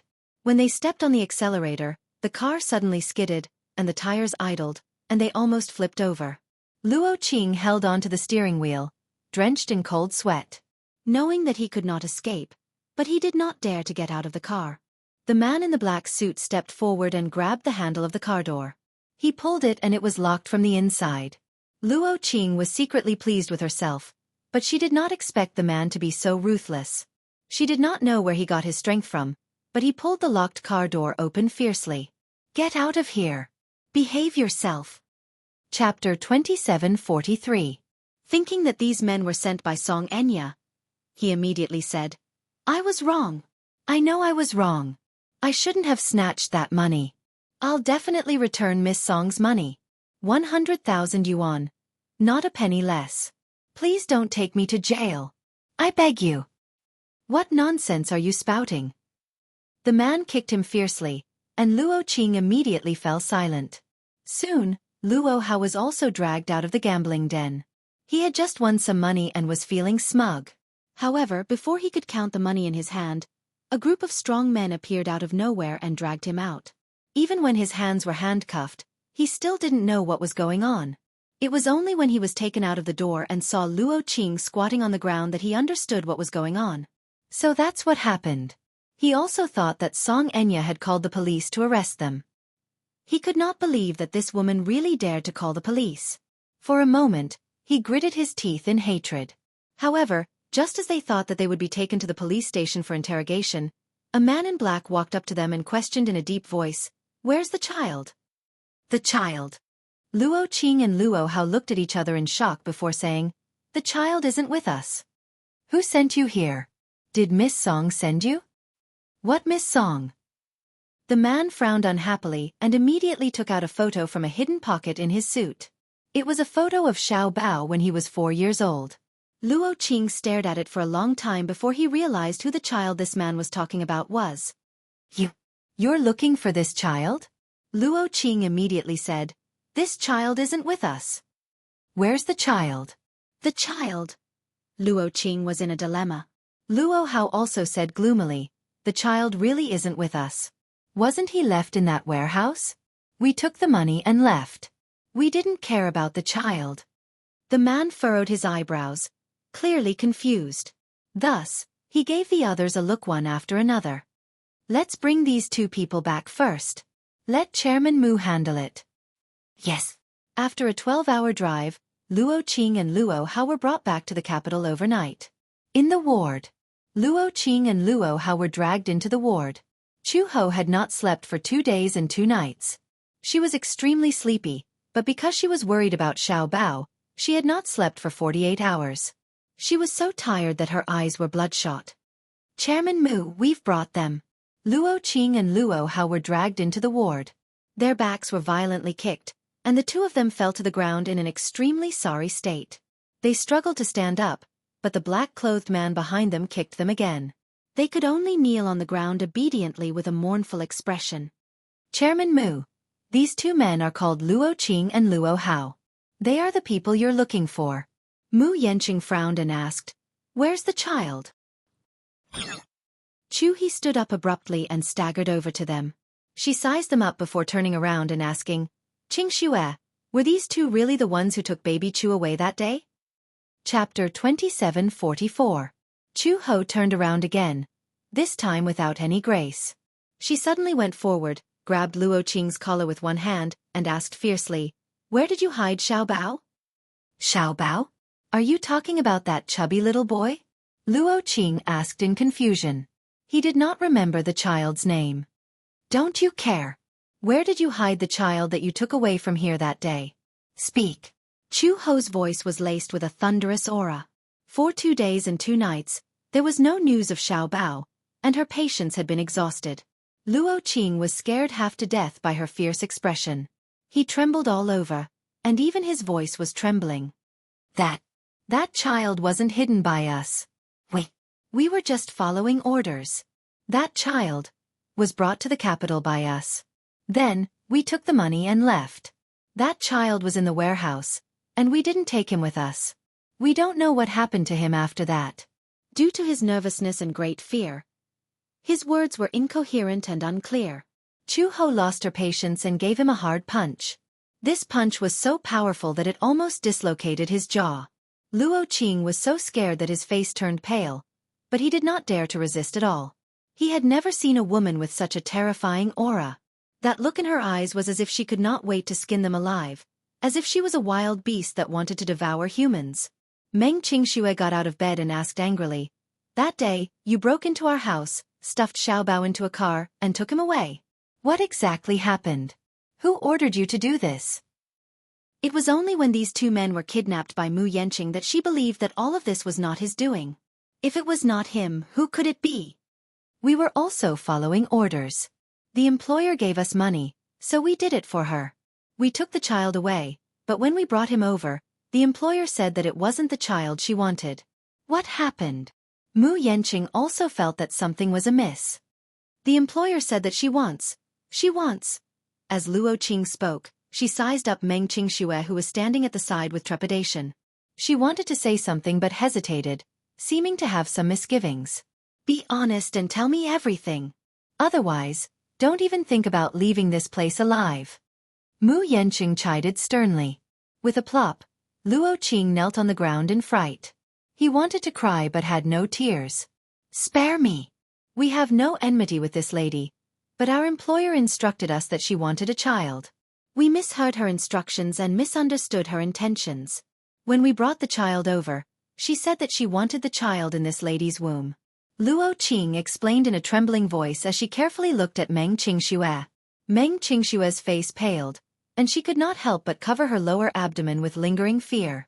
Mu Yenqing frowned coldly. What do you mean? That employer said that she wanted the child in this lady's womb. She could either get rid of the child or kidnap her as well. But in a moment of folly, we mistook the child for the target and took him away. Meng Qingxue could not help but stagger a step, her heart beating like thunder. Chapter 2745.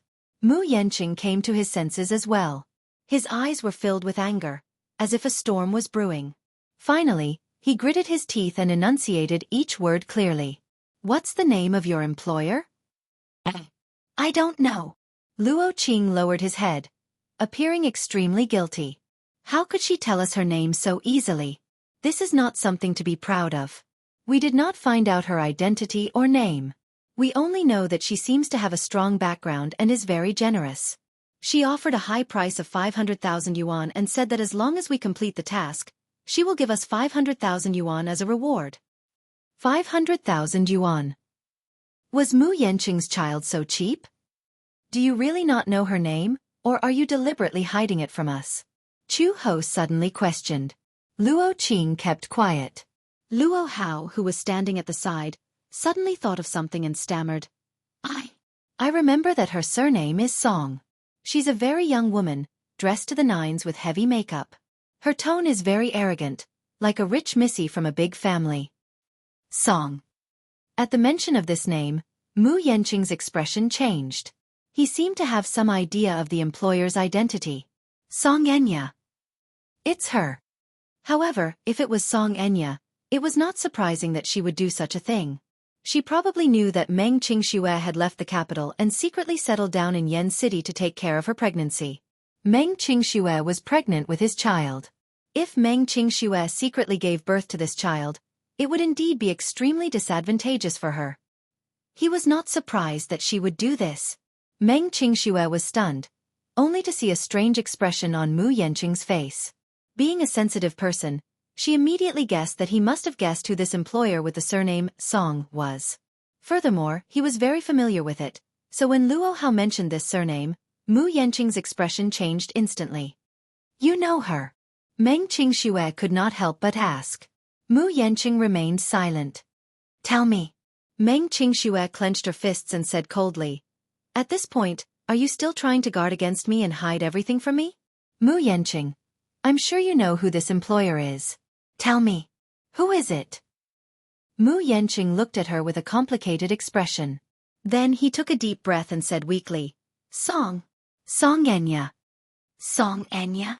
This name was unfamiliar to Meng Qingxue, and she was puzzled. Mu Yenqing stroked his forehead with a headache and explained, She's my fiancée. Boom. Meng Qingxue's mind went blank at the sound of the explosion.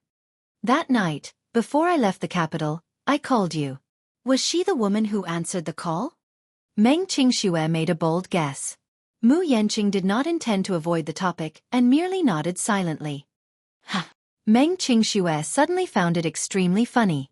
She laughed coldly and fell on the bed in a daze.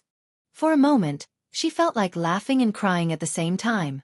She wanted to cry because she had almost lost the child in her stomach because of this woman. What was laughable was that he had openly announced Song Enya's fiancé. How ironic. Indeed. What reason did she have not to do so? Chapter 2746. As Mu Yanqing's fiancé and the future young mistress of the Mu family, what reason did this woman, Song Enya, have to let her hide in an unfamiliar corner of the city and secretly give birth to her and Mu Yanqing's flesh and blood? This child was a huge threat to her status. There was no reason for her to let it go. Hence, hiring a hitman to kill her had become a duty-bound action. She wanted to kill the child in her womb before it was born. She wanted to kill it while it was still in the womb. What a vicious woman. What a cruel method. Meng Qingxue sneered. Very well. This woman was so shrewd and scheming that she couldn't help but shudder in fear. However, at the same time, a certain force in her heart silently awakened. Since this woman called Song Enya had declared war on her in such a way, what reason did she have to hide in a corner and drag out an ignoble existence? Did she want to eliminate her and snatch Mu Yanqing away from her? Dream on. Meng Qingxue decided that no matter what, she would fight Song Enya to the end. She wanted to take back everything that belonged to her, even if it didn't belong to her. With this thought in mind, Meng Qingxue laughed coldly.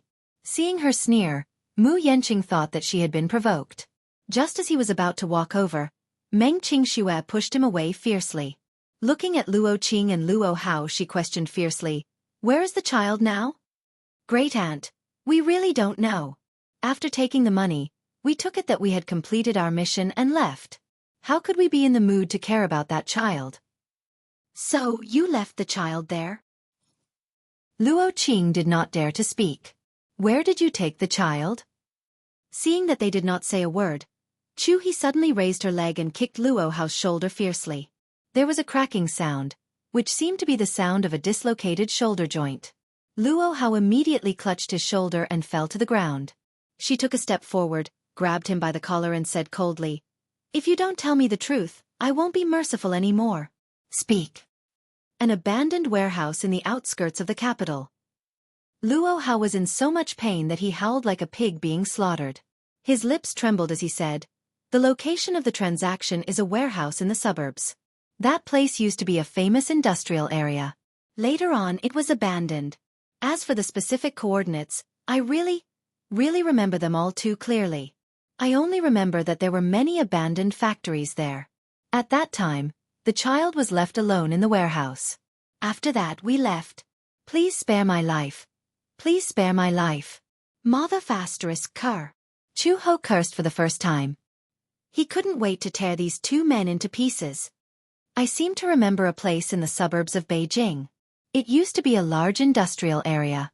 Later, the government wanted to transform it into an ecological park. However, the land was too polluted, so the project was put on hold and it became a deserted place. Mu Yanqing recalled for a moment and had some ideas. Meng Qingxue held his wrist tightly and said anxiously, "Then we will return to the capital tomorrow. The most important thing now is to find Chu Xiaobao as soon as possible. Maybe he's still there." What about you?" he asked out of the blue. Chapter 2747. Meng Qingxue glanced at Chu Ho, then looked deeply at Mu Yanqing before nodding solemnly. "Okay. I'll go back to the capital with you." Mu Yanqing's eyes lit up. "Really? You've changed your mind?" "Yes." Meng Qingxue had already made up her mind to fight Song Enya head-on. Since the latter was pushing her so hard and leaving no room for negotiation, then there was no need for her to hide and show mercy. Mu Yanqing was hers to begin with. She would no longer be weak. Even if she had to resort to unscrupulous means, she would take back what belonged to her. Meng Qingxue clenched her fists tightly and said to Chu Ho, "Chu Ho, no matter what it takes, I must find Xiaobao." "Don't worry," Chu Ho said. "I'll go with you." Mu Yanqing glanced at Meng Qingxue. Seeing that she did not object, he nodded. "Then let's pack up immediately and prepare to return to the capital." "Okay." Ever since Gu Jinglian scolded Xiaobao that night, Xiaobao did not like to stick to him, nor did he call him uncle. In the morning, Xiaobao woke up and stayed in his room alone. Uncle Fu liked him, so he took special care of him and carried a stack of comics for him. Uncle Fu had specially bought this stack of comics. Uncle Fu realized that this child seemed to be especially interested in drawing.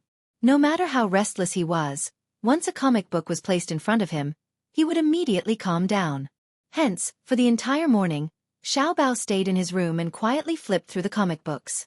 During lunchtime, a call from the police station came in. On the other end, the deputy chief was holding the DNA report and comparing it with the data obtained from the DNA gene bank. He held the phone in his hand and was confused. He did not beat around the bush and went straight to the point. Xiao Bao's DNA test results are out. When will you bring him to the police station to find out more about it? Have you found his family members? Yes. But I'm a little doubtful about the authenticity of this result. Perhaps there's a mistake with the system. So, is it convenient for you to tell Mr. Gu to come to the police station with Xiao Bao personally? There are some situations that require his presence. Uncle Fu furrowed his brows, nodded and said solemnly, I understand. As soon as Gu returned to the Gu residence, Uncle Fu came up to him nervously and briefly explained the matter. Why do you want me to go? That's what the chief said. President Gu, do you have any plans for the afternoon? No. Gu Jinglian said lightly, I have no patience for that child anymore. You can just send him to the police station. After saying that, he walked around Uncle Fu and walked towards the study. Butler Fu suddenly chased after him carefully and said worriedly, Mr. Gu, I suspect that the director asked you to go with him personally, not because of any other reason. It's because you have to go. Gu Jinglian sized him up coldly with a strange expression. He asked faintly, What do you mean by that? Uncle Fu stammered and seemed to have some concerns. I can't really say because there's something that I'm not sure about. Anyway, old master, there's nothing wrong with you going along and personally verifying it. Chapter 2748. Uncle Fu could only explain vaguely, I don't really understand what the deputy bureau chief meant. He only said that there are some things that you need to verify personally. I suspect that the results of the DNA investigation are probably related to you. Me? Gu Jinglian curled his lips coldly and his gaze gradually turned cold. What does it have to do with me? Uncle Fu lifted his eyes and glanced at him. Then he said carefully, It's a parent-child relationship. Gu Jinglian's expression changed. Then, as if he had heard the funniest joke in the world, he said coldly, You're joking with me. Old master, I wouldn't dare. Even if I had eaten a bear's heart and leopard's guts, I would never dare to joke about such things. Uncle Fu felt extremely wronged. He looked like he was about to burst into tears. Gu Jinglian snorted coldly. That's impossible. How can that little rascal be my son? He's so timid and stupid. My son would definitely not be as stupid as him. Uncle Fu thought to himself, Isn't it a little too early for old master to say these words? What if he got slapped in the face? Suddenly, there was some movement in the room. Uncle Fu could not care less about Gu Jinglian's expression. He hurriedly pushed open the door and rushed into the room. He saw Xiao Bao lying on the bed, his tender and fair legs bouncing up and down. He seemed to be really satisfied. The commotion just now was because his movements were a little too big, and he accidentally swept the finished comic book to the ground.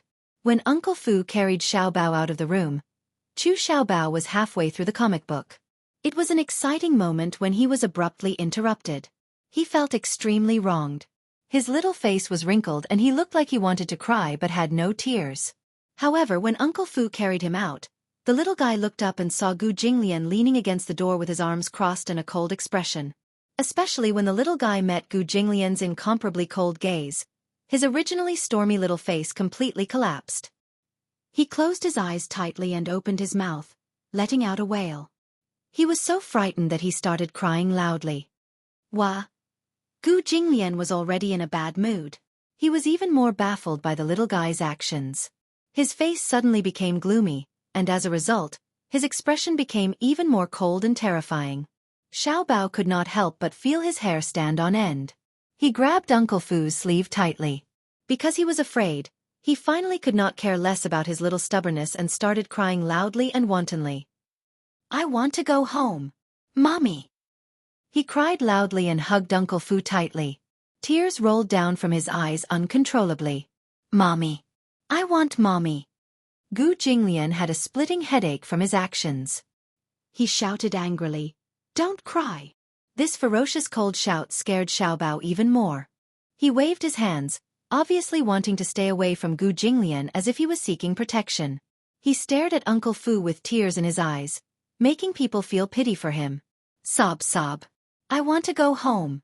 I don't want this, uncle. Xiao Bao, don't cry, okay? Be good. We'll take you to find mommy. Uncle Fu immediately comforted him. Uncle, carry me, okay? I don't want him.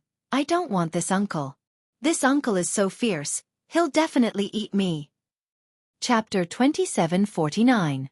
Even if uncle doesn't eat me up, he'll break my neck and feed me to the dogs. Boo-hoo. Xiao Bao doesn't want to die. Gu Jinglian's threat from last night was still fresh in his mind. Uncle Fu coaxed him helplessly. Uncle is not a monster. Gu Jinglian was extremely helpless. He finally couldn't take it anymore and sent someone to drive the car over. Then he instructed Uncle Fu, hurry up and send this little guy to the police station. With that said, he went into the study in frustration and slammed the door shut.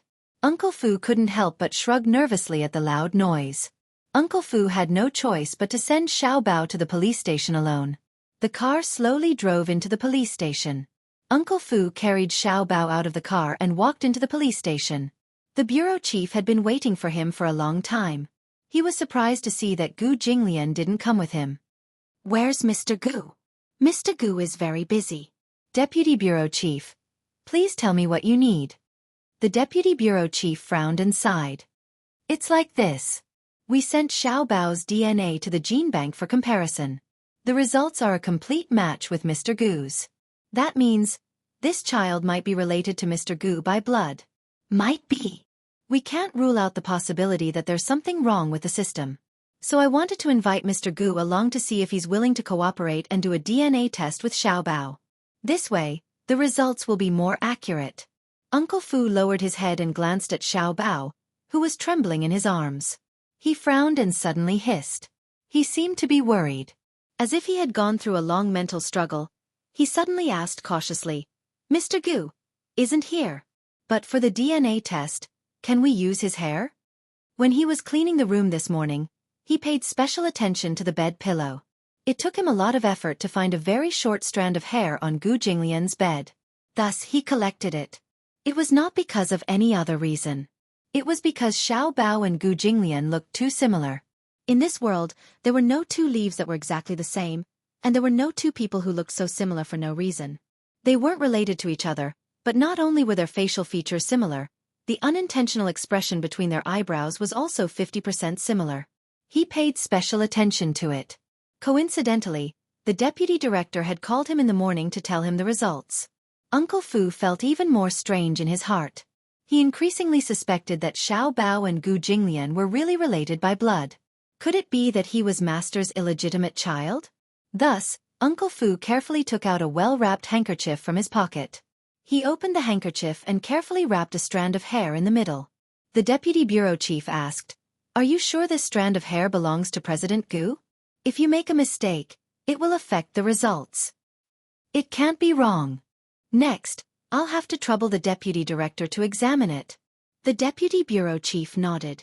It's a small matter. We'll get the results in the afternoon. Then, Uncle Fu immediately asked, Have you found the child's mother? No. No? The deputy bureau chief nodded solemnly. There are still no results in the DNA database. Anyway, the DNA test will take some time. I'll contact you in the afternoon when the results are out. Chapter 2750. In the car, Xiao Bao sat sullenly in Uncle Fu's arms.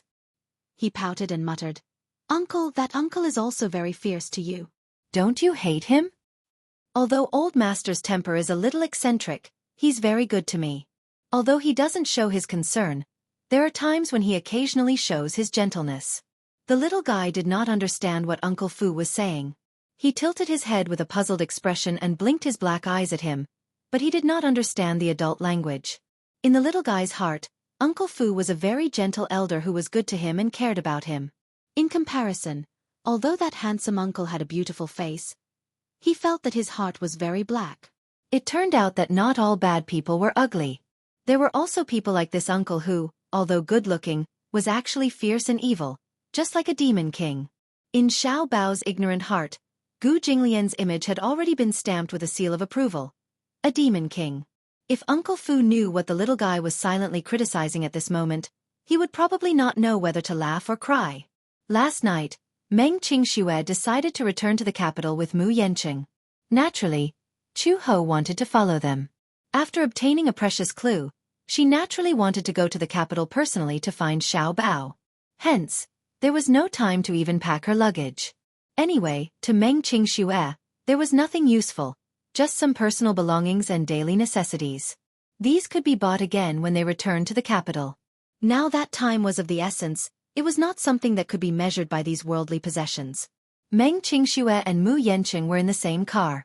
Chu Ho, on the other hand, was in the other car. She had not slept for 2 days and 2 nights and was extremely tired. Hence, not long after she got into the car and set off, she leaned against the back seat and fell asleep. Where was Meng Qingxue? She was also exhausted. She had been on tenterhooks for 2 to 3 days. Although she closed her eyes to rest, she did not sleep well. After all, she had been trembling in fear and worried about Xiao Bao's whereabouts, so she could not sleep well. Hence, after getting into the car, she leaned on Mu Yanqing's shoulder and closed her eyes to rest. After a while, she fell into a deep sleep. Feeling the weight on his shoulders, Mu Yanqing tilted his head to look at her before lowering his gaze to her flat stomach. He did not know if it was because she was too skinny, but her lower abdomen still looked flat and did not show any signs of bulging. She was probably too thin. He remembered that when his sister was pregnant, her belly was already slightly swollen at 3 months. What about Qingxue? There were no signs of pregnancy. And Qingxue? He glanced at her and saw that she was sleeping peacefully. He lowered his eyes and unexpectedly reached out his large palm. His warm palm gently pressed against her lower abdomen. His movements were extremely gentle, as if he was afraid that if his movements were too big, it would disturb the little life that was still sleeping in her stomach. Even through the belly, he couldn't sense any signs of life. She was more than 3 months pregnant, so there shouldn't be any fetal movements, right? He often saw men who were excited to become expectant fathers and excitedly pressed their hands against their bellies to listen to the fetal movements. He felt that it was ridiculous. Chapter 2751. It should be laughable, right? However, the birth of a life could indeed change a man's mentality to a great extent. Initially, when he learned about the birth of the little life, he was at a loss and even a little suspicious. One had to know that he had always taken good contraceptive measures. He rarely let her take pills. It was not that he had never had sex with other women, but usually after having sex, he would urge his women to take the morning after pill. After all, there were many women who wanted to carry his child. Naturally, he would not let any fish escape the net. However, when it came to Meng Qingxue, he was more proactive. Usually, he would take the initiative to take precautions. Sometimes, when he really could not help himself and was not prepared beforehand, he would let her make up for it afterward. However, it was also very rare. After all, he knew that it was not good for a woman's health to take such pills. However, when he found out that she had a child with him, he found it hard to accept at first. He was not ready to be a father yet. A man in his 20s was still very playful. Especially at this critical juncture where the Mu group was in a crisis, he felt even more repulsed. Gradually, however, it was only after Meng Qingxue left that he came to realize that he had developed so many feelings for her that he should not have. He actually had great expectations for the little life in her stomach. He actually did something that he used to think was the stupidest thing. For example, Mu Yanqing carefully held her head, bent down slightly, and gently pressed his ear to her lower abdomen. However, after listening for a while, he did not hear anything special. There shouldn't be any fetal movement in 3 months, right? Mu Yanqing furrowed his brows and muttered to himself. He raised his head and met Meng Qingxue's indifferent gaze. Why was she awake? Mu Yanqing thought of how she had seen all of his silly actions earlier. Feeling embarrassed, he could not help fidgeting uneasily in his seat. When did she wake up? Wasn't she asleep? Then, did she see everything he did just now? Mu Yanqing bit his lip speechlessly. Meng Qingxue could not help but ask him, "What are you doing?" Ahem. Mu Yanqing furrowed his brows and pretended to be calm. Picking things up. Meng Qingxue smiled and asked, "Why are your ears on my stomach when you're picking things up?" Mu Yanqing was even more at a loss for words. Meng Qingxue suddenly said, It's still early. I can't hear any fetal movements. Mu Yanqing did not bother to hide it anymore. He cleared his throat awkwardly as his cheeks turned unnaturally red. At this moment, his phone suddenly rang. Mu Yanqing was stunned for a moment. He picked up his phone and saw a string of numbers flashing on the screen.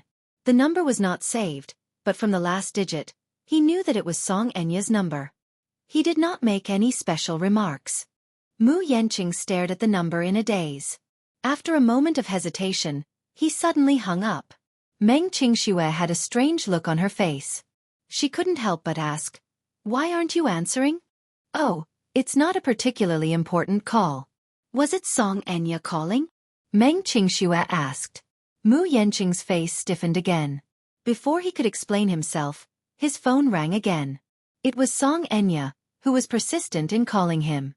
The urgent ringtone kept urging him to hurry up. Chapter 2752. Meng Qingxue said calmly, "It's okay. Just answer it. She must have something important to tell you." He said, "I don't want to answer it." "But you haven't answered it, and she keeps calling. The ringtone is very noisy." Since Meng Qingxue had said so, Mu Yanqing seemed to have no reason not to answer the call. He was worried that Meng Qingxue would mind, but seeing her indifferent expression, he answered the call. "Hello, Yanqing. Why did you hang up on me just now?" Song Enya's gentle voice came from the other end. She asked patiently, but her words expressed a lot of dissatisfaction. "Is it inconvenient?" Mu Yanqing felt an inexplicable sense of annoyance when he heard her voice.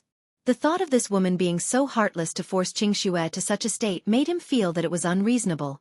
However, he still hadn't sorted out the series of events, and he hadn't figured out how to deal with it. "What's the matter?" Song Enya was dissatisfied with his tone and sounded a little impatient. Hence, she became a little unhappy. "Must I only call you when something's up?" "It's nothing. There's nothing to talk about." Mu Yanqing's attitude was very cold. Compared to his previous aloof attitude toward her, it was much more indifferent. Hence, she said with some dissatisfaction, "Where have you been these 2 days? You didn't even answer my calls. You seem very busy." How could Song Enya not know where Mu Yanqing had gone? She knew that Mu Yanqing had personally led his men to Yen City, but she did not know that he was now on the way back to the capital with Meng Qingxue. "You don't have to ask so much about my whereabouts, do you?" "Yanqing." Song Enya was slightly dissatisfied and, at the same time, aggrieved. "You're my fiancé and my future husband. No matter how unwilling you are, you can't deny this fact. As your fiancé, don't I have the right to ask about your whereabouts?" Her voice fell into Meng Qingxue's ears through the receiver. She couldn't help but frown as her eyes gradually turned cold. When she found out that the 2 men were acting under her orders and that she was the culprit behind her unborn child's death, her hatred for the Missy had reached its peak. Maternal instincts dictated this. Any mother would not tolerate any sand in their eyes. They would never allow anyone to harm their own flesh and blood. Even though she did not know who Song Enya was, she was already at loggerheads with her after what had happened. At the thought of this, the corners of her lips curled up coldly. She reached out and hugged Mu Yanqing's arm. Frowning slightly, she pretended to be uncomfortable and groaned softly. On the other end of the line, Song Enya, who was holding the phone and listening to the silence for a long time, suddenly heard a woman's faint moan. "It hurts." Meng Qingxue gently covered her lower abdomen with a pained expression. "Yanqing." Song Enya was sure that she heard a woman's voice from the receiver. For a moment, she became nervous and immediately suspected Meng Qingxue. "He's with that B*TSH. Meng Qingxue. Who else could it be if not this woman?" Chapter 2753. Don't tell me that he's bringing Meng Qingxue back to the capital to nurse her pregnancy. At the thought of this possibility, an inexplicable fire ignited in her heart as she felt a great sense of crisis. "Mu Yanqing, did you hear what I said?" At this moment, Mu Yanqing was a little alarmed by Meng Qingxue's weak moans of pain. However, Song Enya's stern voice on the other end of the phone made him lose his patience, and he could not help but sound a little anxious. "What? Mu Yanqing, who's that woman beside you?" Song Enya asked aggressively. "Are you questioning me?" Mu Yanqing retorted expressionlessly. It's none of your business who I'm with, right? Mind your own business and don't worry about me. With that, he looked at her worriedly. Seeing her pale face, his eyes suddenly became a little flustered. What's the matter? It hurts. Meng Qingshue's voice was more like an invisible provocation. Although it was very weak, it was still brazenly provoking Song Enya's brain. There was no need to think about who had made that sound. She could even tell that Meng Qingxue was deliberately diverting Mu Yanqing's attention while blatantly provoking her through the phone.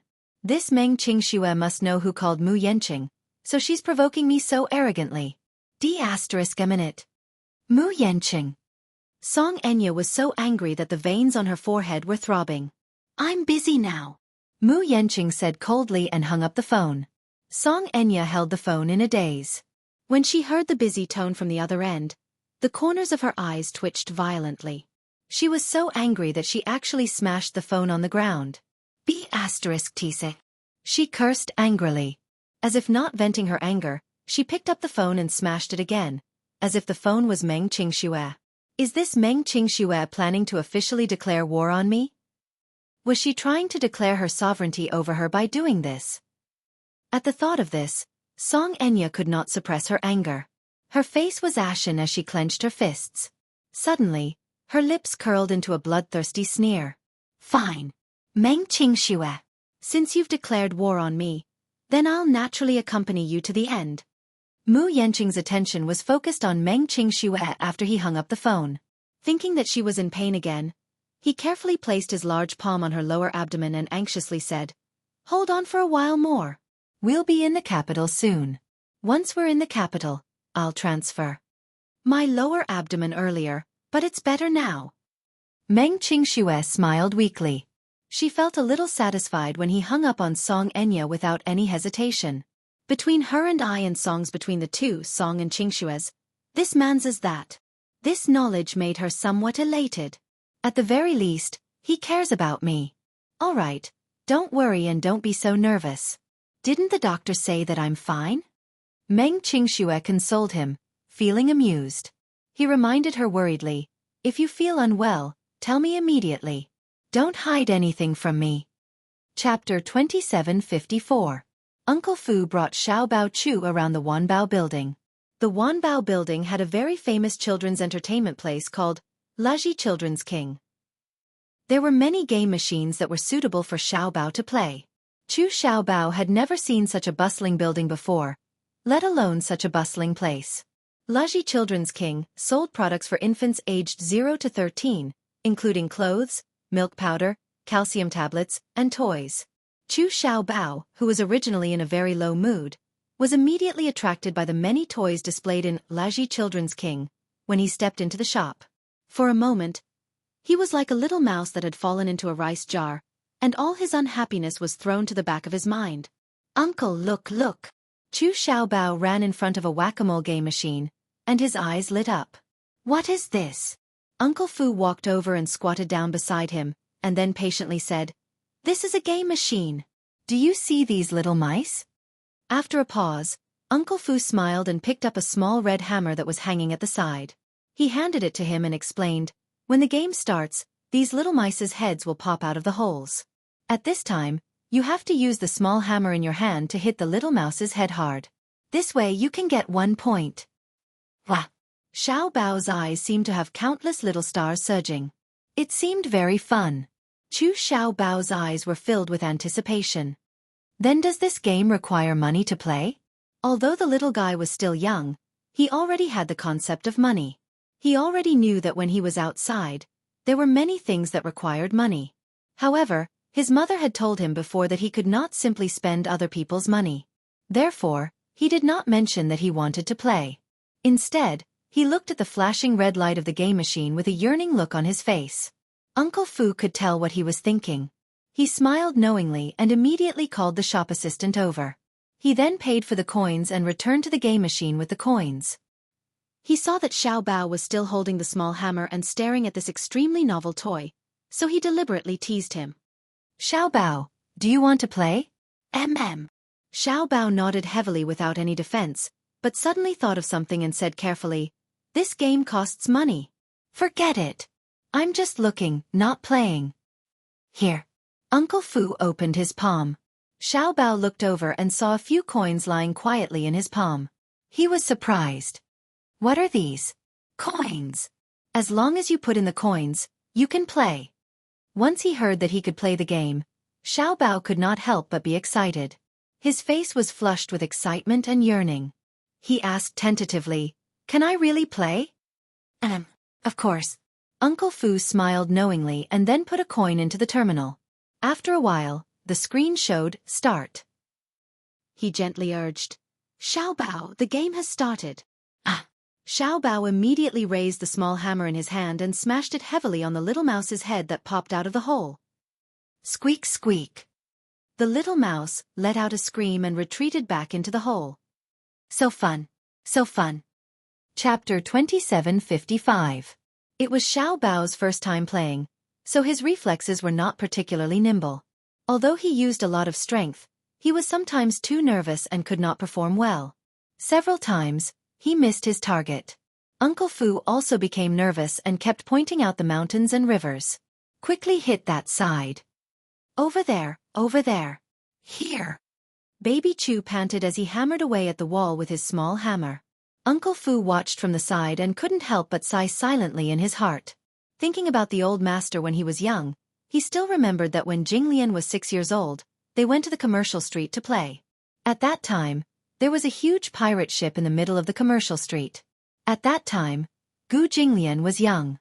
At the age of 6, he was really at his most playful age. He clamored to play.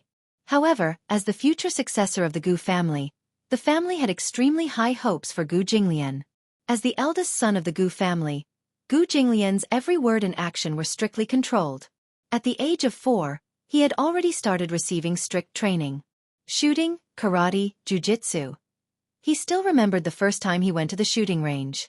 Little Jinglian threw a tantrum because he did not like such a serious occasion. In the end, his strict father threw him into the detention room as punishment. For the entire night, he knelt in the detention room and was not allowed to get up. The next morning, it was Uncle Fu who personally carried him back to his room. He had already lost all feeling in his knees and was unable to stand. From then on, his personality changed drastically. He was no longer as energetic as a normal child. His personality also became increasingly gloomy, and he did not like to get close to anyone. At the age of 6, Gu Jinglian had already seen countless bloody scenes with his father. Once at the casino, the 6-year-old Gu Jinglian watched helplessly as a gambler who cheated had his hands crippled by the casino's hired thugs. The ground was covered in blood, but there was no fear on his young face. It was as if this was a normal scene. Uncle Fu looked at Xiao Bao and sighed. At the end of the round, the little guy was sweating profusely, but he only got 10 points. The shop assistant stood to the side and watched. Chu Xiao Bao's serious expression as he played the game was too funny.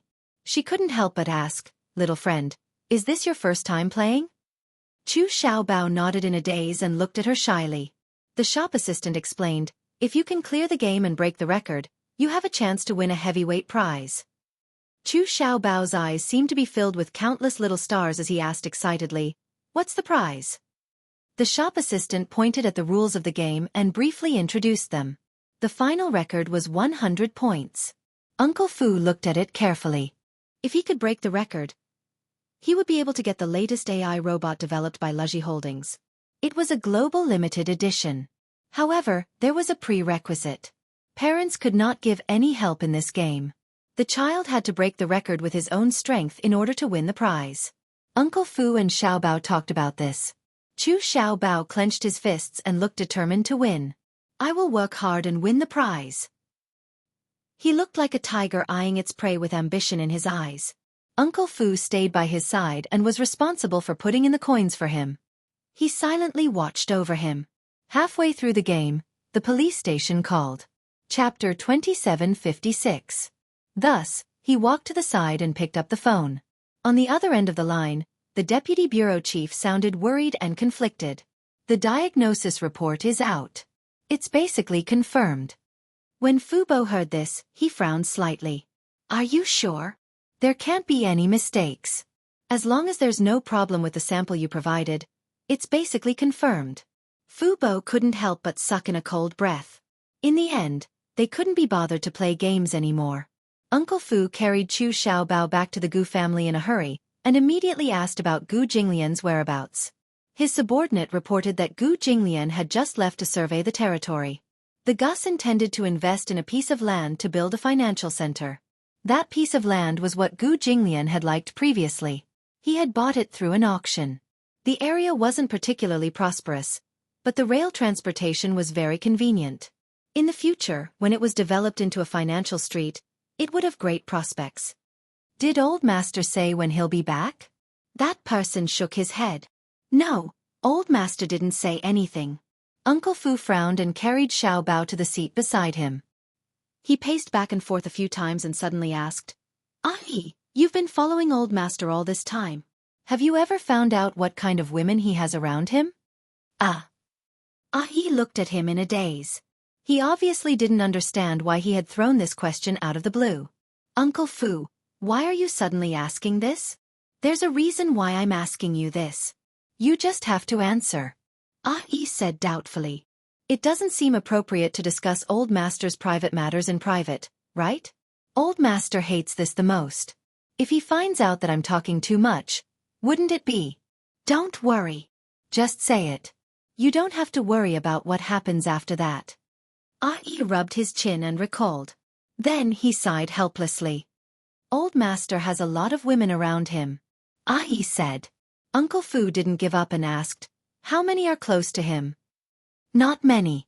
Ahi shrugged and said calmly, "Master has many women around him, but he doesn't have a close relationship with any of them. Most of it happened in one night." "Uncle Fu, you know it too.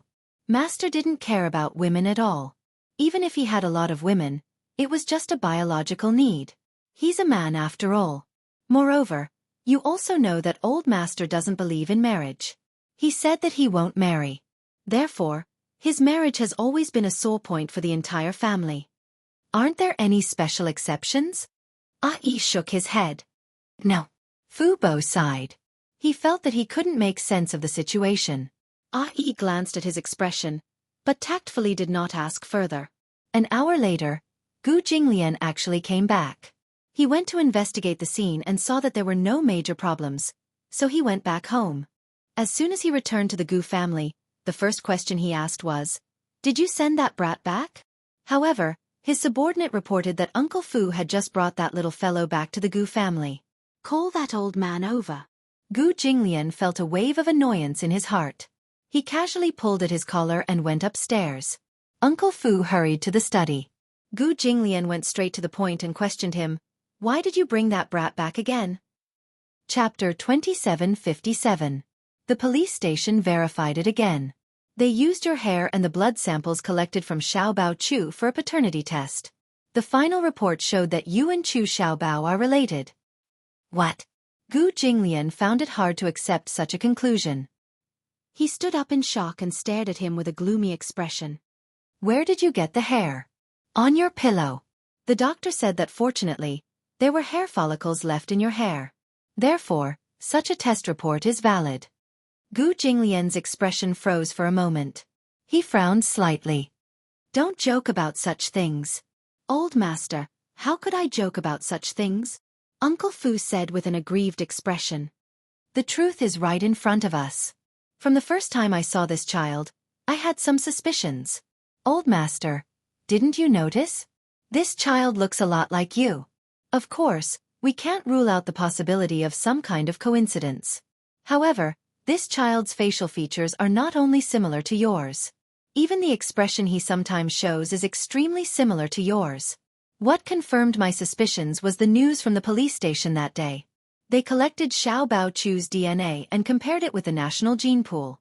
In the end, the only match that matched him was you." "What?" Gu Jinglian felt that this was simply a fantasy. There were countless jaw-dropping coincidences in the world.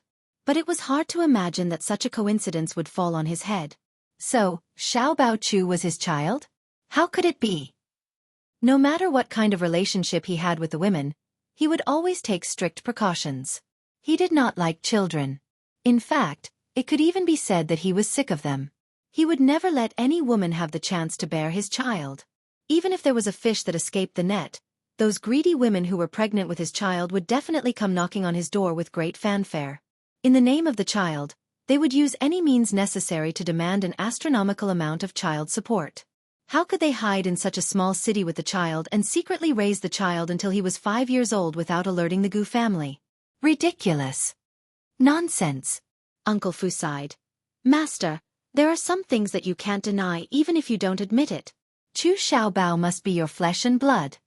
Gu Jinglian suddenly looked at him deeply, then curled his lips coldly and said, "This report doesn't count if I'm not present. Unless you do it again and I see the results with my own eyes. Only then will I believe you." Uncle Fu said, "Master, if you want, you can go to the hospital for a detailed test right away." Before he could finish, there was a small movement at the door. Gu Jinglian sensed that someone was eavesdropping at the door. He shouted coldly, "Who's at the door?" "Ah!" A tender voice came from the door. Chu Xiaobao stood at the door with an aggrieved expression. He nervously pinched the corner of his clothes. Just now, he had secretly followed behind Uncle Fu.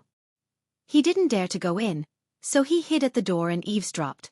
However, he couldn't understand what they were talking about. She could vaguely hear that this annoying bad uncle seemed to be yelling at Uncle Fu. Chapter 2758.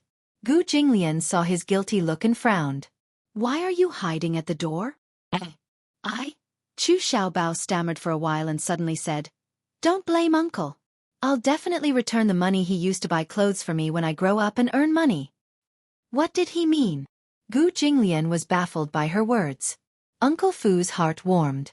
So this little guy was worried that he would be scolded by old master for spending money on him, so he secretly followed him. Although there was some misunderstanding, this child's kindness still warmed his heart. Gu Jinglian was a little impatient, but for some reason, he couldn't help but take a few more glances at this little guy. He saw him standing there with a wronged and indignant expression, pinching the corner of his shirt and looking at him uneasily. Suddenly, he sat back at the table and waved at him. "Come here." "What?" "Come here." Xiao Bao was a little shocked. This bad uncle was calling him. But he looked so fierce. Was he going to scold him? With such a fearful heart, Xiao Bao didn't dare to move forward for a while. Uncle Fu saw that he seemed to be very afraid of Gu Jinglian and smiled helplessly. Then he said, "Xiao Bao, Uncle is calling you over." "But don't be afraid. I'm here, aren't I?" Uncle Fu encouraged him. Xiao Bao bit his lip. Then he mustered up his courage and slowly walked over to Gu Jinglian. He stood still and lowered his head guiltily, not even daring to look at him. Gu Jinglian scrutinized him carefully, from his eyebrows to his small nose and exquisite facial features. He looked at every detail carefully. He couldn't help but reach out his hand. However, before he could touch him, his sudden movement startled the little guy. Xiao Bao saw him suddenly reach out his hand from the corner of his eye, and thought that this bad uncle was going to hit him. He was so frightened that he immediately hugged his head and squatted on the ground, crying out loud, "Don't hit me!" Gu Jinglian's lips instantly twitched. Who wanted to hit him? Why did this little guy become so timid? In the beginning, he had been wandering alone in the wilderness for so long, but he had never seen him cry. He had even been so bold as to climb into his car. Why had he become so timid now? He had only reached out his hand, and he had already been scared to this extent. Uncle Fu wanted to laugh, but his heart ached at the same time. It was probably because of Gu Jinglian's harsh words that night that the little guy was scared out of his wits. Hence, when he stood in front of Gu Jinglian, he could not help but feel paranoid and jittery. "Xiao Bao, be good. Uncle isn't going to hit you." Xiao Bao raised his head. There were still a few drops of tears on his face.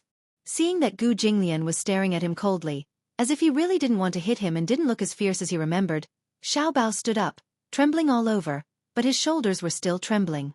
"Uncle, you said not to hit me," the little guy said sobbingly. Gu Jinglian took a deep breath to calm his emotions. He deliberately eased his tone and said lightly, "Come here. Let Uncle take a good look at you." "Woo!" Xiao Bao was a little unwilling. Uncle Fu saw this and gently pushed him from behind. Only then did Chu Xiao Bao pout and walk in front of Gu Jinglian. He raised his head but didn't dare to look into his eyes. Chapter 2759.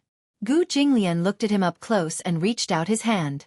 His slender fingers slowly caressed every inch of his facial features. His fingertips gently rubbed his brows and eyes, and he couldn't help but stare blankly. He hadn't looked at him seriously before, but now that he was looking at him up close, he suddenly realized that it was no wonder that Uncle Fu was suspicious. This child did look like him when he was young. But, his child? Was it possible? Then who was his mother? Uncle, why do you keep staring at me? Chu Xiaobao tilted his head and asked, puzzled. Gu Jinglian was silent. Behind him, Uncle Fu smiled and said, Xiaobao, haven't you always said that you want to find your father? Chu Xiaobao turned around and exchanged glances with Uncle Fu. He nodded vigorously. Yeah. Xiaobao didn't have a father since he was young. Mommy doesn't know where Daddy is either, but Mommy said that Xiaobao has a father. It's just that they were temporarily separated for some reason. Xiaobao has always wanted to find his father. Uncle Fu asked deliberately, if you really find your father, are you willing to acknowledge him? Yes, yes. Chu Xiaobao nodded vigorously. If I can find my father, of course I'm willing to acknowledge him. Because he's my father. Without my father, there wouldn't be a Xiaobao. Uncle Fu smiled in relief. He walked forward and picked him up. Then he gestured, Xiaobao, Uncle will tell you a secret, okay? Okay. Xiaobao went forward. Uncle Fu leaned close to his ear and whispered, your father is right in front of you. What do you mean? Xiaobao couldn't wrap his head around it for a while. Uncle Fu gestured with his eyes. This uncle is your father. The afternoon sun was glaring and vicious. Even though it was only April, the weather was gradually turning hot. There seemed to be no transition between winter and summer as it quietly arrived without warning. Mu Yanqing and his entourage arrived in the capital. According to the clues and coordinates provided by Luo Qing, they quickly found the exact location. Just as the clues provided by them were, there was indeed a very well-hidden industrial area in the suburbs. This industrial area was built in the last century. They found the warehouse, and when they walked over, they saw breadcrumbs and broken chairs scattered on the ground. Chu Ho walked over and squatted on the ground. She gently rubbed the breadcrumbs. She walked over to the broken chair and looked at it. The chair was made of solid wood. After years of being exposed to the wind and sun, many parts of the warehouse were already moldy and decayed. It could be easily broken with a gentle twist. Luo Qing said that the warehouse is very humid, so they used a chair to tie baby Chu up. From the looks of it, it should be here, she said. Chu Ho frowned and said slowly, but Xiaobao isn't here. Where could he have gone? Could Song Enya have brought him back? Meng Qingxue asked worriedly. Impossible. Mu Yanqing said, since this child isn't the one she wants, she won't take the risk to bring him back. After all, it won't do her any good to harm a child. She won't do anything to Xiaobao. A woman like her is ruthless. What won't she do? Meng Qingxue said hatefully. Chapter 2760. Chu Ho suddenly stood up, turned around, and looked around before saying calmly, Xiaobao should be fine. Mu Yanqing was stunned. What do you mean? Meng Qingxue was surprised to hear this. Chu Ho, how can you be so sure? Did you see this chair? Chu Ho kicked the wreckage of the chair on the ground expressionlessly and said slowly, didn't Luo Qing say that they left after tying Xiaobao to the chair? I looked at the scene and didn't see any signs of an intense fight. I originally thought that Xiaobao had been taken away by that woman. However, when I saw this chair, I could infer that that woman was probably like Luo Qing and Luo Hao. She didn't care about the child and just left. Meng Qingxue walked to Chu Ho's side and looked down at the chair on the ground. It seemed to have suffered a huge impact and was broken into pieces. She was a little puzzled. What happened to this chair? Do you see it? The chair is broken and broken into pieces, but do you see here? There are traces of handcuffs here. Judging from these traces, the little guy was probably tied to the chair and wanted to escape, so he dragged the chair to the wall. Then, he turned his back and slammed into the wall to break the chair. This chair looks very sturdy, but after being exposed to the wind and sun for so many years, coupled with being soaked in water, it has long rotted and broken. Maybe the little guy was left here alone and thought of this way to get away. After Chu Ho explained in detail, Meng Qingxue came to a realization. I understand what you mean. In other words, Xiao Bao didn't get into an accident. That's true, but that might not be the case. Chu He frowned. She turned around, walked to the door, and looked around. This was the suburbs, remote and desolate. Even if she could escape from here, she was only a 5-year-old child. How could she leave this place on her own? After arriving in the capital, Chu Ho noticed along the way that this place was barren and there was no sign of human habitation. Even an adult would have to walk for 3 days and 3 nights to leave such a desolate place. With Xiao Bao's leg strength, there was no way he could walk out of here. Chu Ho frowned and clenched her fists tightly. For a moment, she felt a little lost. She wanted to find Xiao Bao, but she did not know how to do it. In the huge capital, finding a child was like finding a needle in a haystack. She did not dare to think in a bad way, but it was not that she was not worried that Xiao Bao might have encountered an accident in this wilderness. If it were any other woman, she would probably be so helpless that she would break down in despair and wail at this time, but Chu Ho did not. Meng Qingxue said, "Why don't we call the police?" "Call the police?" Mu Yanqing snorted. "Haven't you seen the efficiency of the police? Call the police? There won't be any clues at all. But it's better than just sitting there and not doing anything." Meng Qingxue, however, disagreed. What if Baby Chu meets a kind-hearted person on his way out and sends him to the police station to file a report? Who knows, we might be able to get some leads by calling the police. Chapter 2761. Chu Ho also silently agreed with this suggestion. Even if Xiao Bao had really met with an accident, they could still get news from him by calling the police. If there was no news, it would probably be the best news. In short, they should contact the local police station first and file a record. What if there was a lead? With such hope, Chu Ho picked up her phone and dialed the police station's number. After connecting to the police station, she recorded Xiao Bao's basic characteristics and some information, waiting for a slim chance of survival. Just as the group was driving towards the city center, Chu Ho suddenly received a call from the police station. "Hello, are you Miss Chu? I'm from the Yanhu District Public Security Bureau. Previously, the call center received a report from you saying that your son was missing. The name you provided was Xiao Bao Chu, right?" "Yes." Hearing this, Chu Ho was a little excited. She held the phone tightly and asked, "Excuse me, is there any news from your side?" "Oh, it's like this. This name was not found in the Household Registration Center. However, I checked online. Previously, the Shangguan Public Security Bureau also received a report that a child was missing and entrusted to the Public Security Bureau to find his family. However, 10 minutes ago, the family called to close the case. Apparently, the child has already found his family." "What?" Chu Ho's expression froze for a moment. Her eyebrows were tightly knitted together. "Officer, are you sure?" "Yes, I'm sure." "How could it be?" Chu Ho was a little unsteady on her feet. For a moment, many doubts arose in her mind. She clenched her teeth tightly and said with difficulty, "Could it be a false claim?" She had seen on the news that some criminals would pretend to be the child's family and claim the child. Previously, there was such a blunder in Sea City. Due to the negligence of a few police officers at the Public Security Bureau, the child was falsely claimed by an unrelated stranger and was then abducted and sold to a remote mountain area. Fortunately, it was discovered in time, and through the police station's surveillance cameras, they had a detailed picture of the child's facial features. The police officer immediately said, "That's impossible." The information on the case said that the child and his family had undergone a DNA test and confirmed that they were related.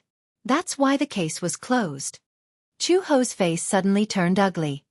"However, we can't rule out the possibility that it's a coincidence of names. After all, other than providing names and general information, you didn't provide any other strong clues. Is it convenient for you to come to the police station now? Collect DNA information and then do a detailed investigation. Perhaps it was just a coincidence. However, please rest assured that the DNA information of the child is basically consistent with his father's. If the blood relationship is not confirmed, we can't just close the case casually." Chu Ho hung up the phone with a complicated look on his face. For a moment, it was as if there were countless inexplicable threads crazily rushing to the center of his eyebrows, giving him a splitting headache. She rubbed the space between her eyebrows, but her forehead had unknowingly started to sweat. Meng Qingxue saw that she looked terrible and couldn't help but walk up to her worriedly. She asked anxiously, Chu Ho, is there any news from Xiaobao? Chapter 2762. The police said that there was indeed a child named Chu Xiaobao, who got lost and was sent to the Public Security Bureau. However, after an investigation, his family members claimed him and the case was closed. Family members? Meng Qingxue was shocked. How is that possible? I think it's very strange too. This is simply a fantasy. Chu Ho said. Mu Yanqing said from the side, It's useless to say so much now. Calm down. We might as well go to the police station to take a look. It's better than being flustered here. For the first time, Chu Ho did not refute and only nodded. The car drove toward the Yanhu District Public Security Bureau. The Yanhu District Public Security Bureau was not far from the highway intersection. The intersection of the highway intersection and the provincial road was the only road that led to the suburbs, which was the abandoned industrial area. Yanhu District was in charge of the jurisdiction of this area. Therefore, after 20 minutes, Chu Ho arrived at the police station. Mu Yanqing was in charge of parking the car while Meng Qingxue followed closely behind Chu Ho into the police station. The police officer in charge of the case received them. The police officer had already printed out the documents for the record and explained it concisely. That child is 120 centimeters tall and looks very delicate. He's about 5 years old. As the household registration center couldn't find his file, he probably wasn't registered on the household register. Just 3 days ago, a middle-aged man brought him to the police station to report a case. He said that the child was lost and asked the police to find his family members. However, after searching hard, they couldn't find any information about the child. After that, the child's DNA was collected and sent to the DNA database for comparison. 3 days ago. Chu Ho frowned. The timing was basically the same. But where was Xiaobao before the case was reported? Where was the child found? Chu Ho asked. The police officer shook his head and said, He didn't say. The person who reported the case only said that he accidentally picked him up on the road. At that time, it was very late and the child was alone on the road in the suburbs. He seemed to have gotten lost from his family. Then, didn't you say that you collected the child's DNA and sent it to the database for comparison? Chu Ho paused and asked nervously, Did you get any results? The police officer only said, There are no notes on the details. They only said that the child's father had been found and brought the child home. The case has been closed. That's my child. Chu Ho said confidently, If it's really as described in this case, then all the characteristics are consistent, and the time of disappearance is also consistent, then that child is my son. His name was Xiaobao Chu. Officer, can you help me find my child? It's naturally impossible to rely on your one-sided statement. Is it convenient for you to do a DNA test? If the information matches, we'll take you to the child. Chu Ho gritted his teeth and took a deep breath. He forced himself to calm down and asked, Then, the premise is that if something goes wrong and the man is not related to the child, can the child's safety be guaranteed? The child's safety will definitely be guaranteed. Don't worry about that. Okay. Chu Ho nodded. Then I'll try my best to cooperate with you. Don't worry. As long as you cooperate with us to collect the DNA information, we'll give you a reply immediately. Chapter 2763. On the other side, Xiaobao, who also felt that this world was extremely mysterious, stood in front of Gu Jinglian in a daze. His eyes were dull and his face was full of doubt. He looked at Gu Jinglian, then carefully looked at Uncle Fu. It took him a long time to digest Uncle Fu's words. He looked at Gu Jinglian again, his eyes full of doubt and fear. He couldn't help but walk in front of Uncle Fu and grumble, Uncle, this joke isn't funny at all. How can this bad uncle be my father? Uncle Fu didn't know whether to laugh or cry. He squatted down, held his shoulder, and said very seriously, Xiaobao, Uncle isn't joking with you. This is your father? He doesn't look like my father at all. Feeling aggrieved, Baby Chu pinched the corner of his shirt tightly, clearly unwilling to do so. No matter how he looked at it, this uncle was bad. He was like a demon king, black-bellied and terrifying. Just one look was enough to make one's hair stand on end and shudder. In his imagination, his father was an extremely imposing figure. He was tall, gentle, handsome, and made people feel very safe. However, this uncle seemed to have a handsome and tall image. He was satisfied, but this gentleness. His temper was obviously very bad. Moreover, he was fierce and glared at him viciously. He was not gentlemanly at all. Naturally, he couldn't accept this fact. Similarly, Gu Jinglian felt extremely awkward. A little child had appeared out of nowhere. All kinds of evidence proved that this 5-year-old kid in front of him was his flesh and blood. For a moment, he was a little confused and gloomy. He didn't have the awareness of a father at all. When it came to children, other than annoyance and disgust, he didn't have any patience. Therefore, even though the entire Gu family had great enthusiasm and hope for his lifelong happiness, to him, he didn't believe in marriage. It was just that he didn't want children. However, this little kid fell from the sky and was pushed in front of him by Uncle Fu to call him father. He panicked and was at a loss for some reason. He was already feeling conflicted. Looking at Xiao Bao, he was also looking at him awkwardly. He was also very unwilling to acknowledge this father of his. The father and son stood face to face. The awkwardness between them was exactly the same. Gu Jinglian snorted, still in disbelief. He suddenly said, "How can my son be so stupid?" Xiao Bao Chu heard him. Not only did he hear it, but he also understood it. He was so angry that his little face twisted. He glared at him fiercely and put his hands on his hips in defiance. Then he pouted and glared at him. He said arrogantly, "My father can't be so fierce. I won't admit that you're my father." His face was full of disdain. The repulsion in his eyes was even more obvious. Gu Jinglian was furious and glared at him. If Chu Xiaobao Chu wasn't used to his cold and threatening gaze, he would have been trembling in fear. However, after these 2 days of interaction, he had gotten used to Gu Jinglian's bad temper. He also gradually got used to his cold expression. He was no longer afraid. Instead, he raised his eyebrows and said provocatively, "Why are you glaring at me? You don't want to acknowledge me, but I don't want to acknowledge you." Humph. You. Chapter 2764. Gu Jinglian was so angry that he was at a loss for words. He cussed fiercely in his heart. Brat. He had learned how to be fierce with his mouth. Uncle Fu immediately gave Gu Jinglian a look. He squatted down and patiently coaxed and coaxed. "Xiao Bao, didn't you say that you really wanted a father? Now that you've found a father, why are you saying that you don't want one anymore?" "He's not the kind of father I want," Xiao Bao said angrily. "Besides, not only does this uncle look fierce, he obviously doesn't like me at all. Why should I stick my warm buttocks to his cold face?" Pfft. Stick my warm buttocks to his cold face? Uncle Fu couldn't help but be amused by Xiao Bao's innocent and amusing behavior. As Xiao Bao complained, he looked at Gu Jinglian with a resentful gaze, as if he was silently mocking him with his eyes. Gu Jinglian wasn't a good-natured person. He threatened, "If you look at me again, do you believe that I'll dig your eyeballs out?" Xiao Bao immediately pursed his lips and shrank back behind Uncle Fu. His 2 little hands grabbed the corner of Uncle Fu's shirt in fear. However, he relied on Uncle Fu's presence and was certain that Gu Jinglian wouldn't dare to do anything to him. He continued to provoke him. "Dig if you can." "Humph. Big baddie. I won't be threatened by you. Xiao Bao is a brave man. I'm not afraid." Gu Jinglian smiled mischievously. He strode over to Uncle Fu and suddenly reached out. He grabbed Xiao Bao's collar and pulled him over. "Ah!" Chu Xiao Bao cried out in alarm.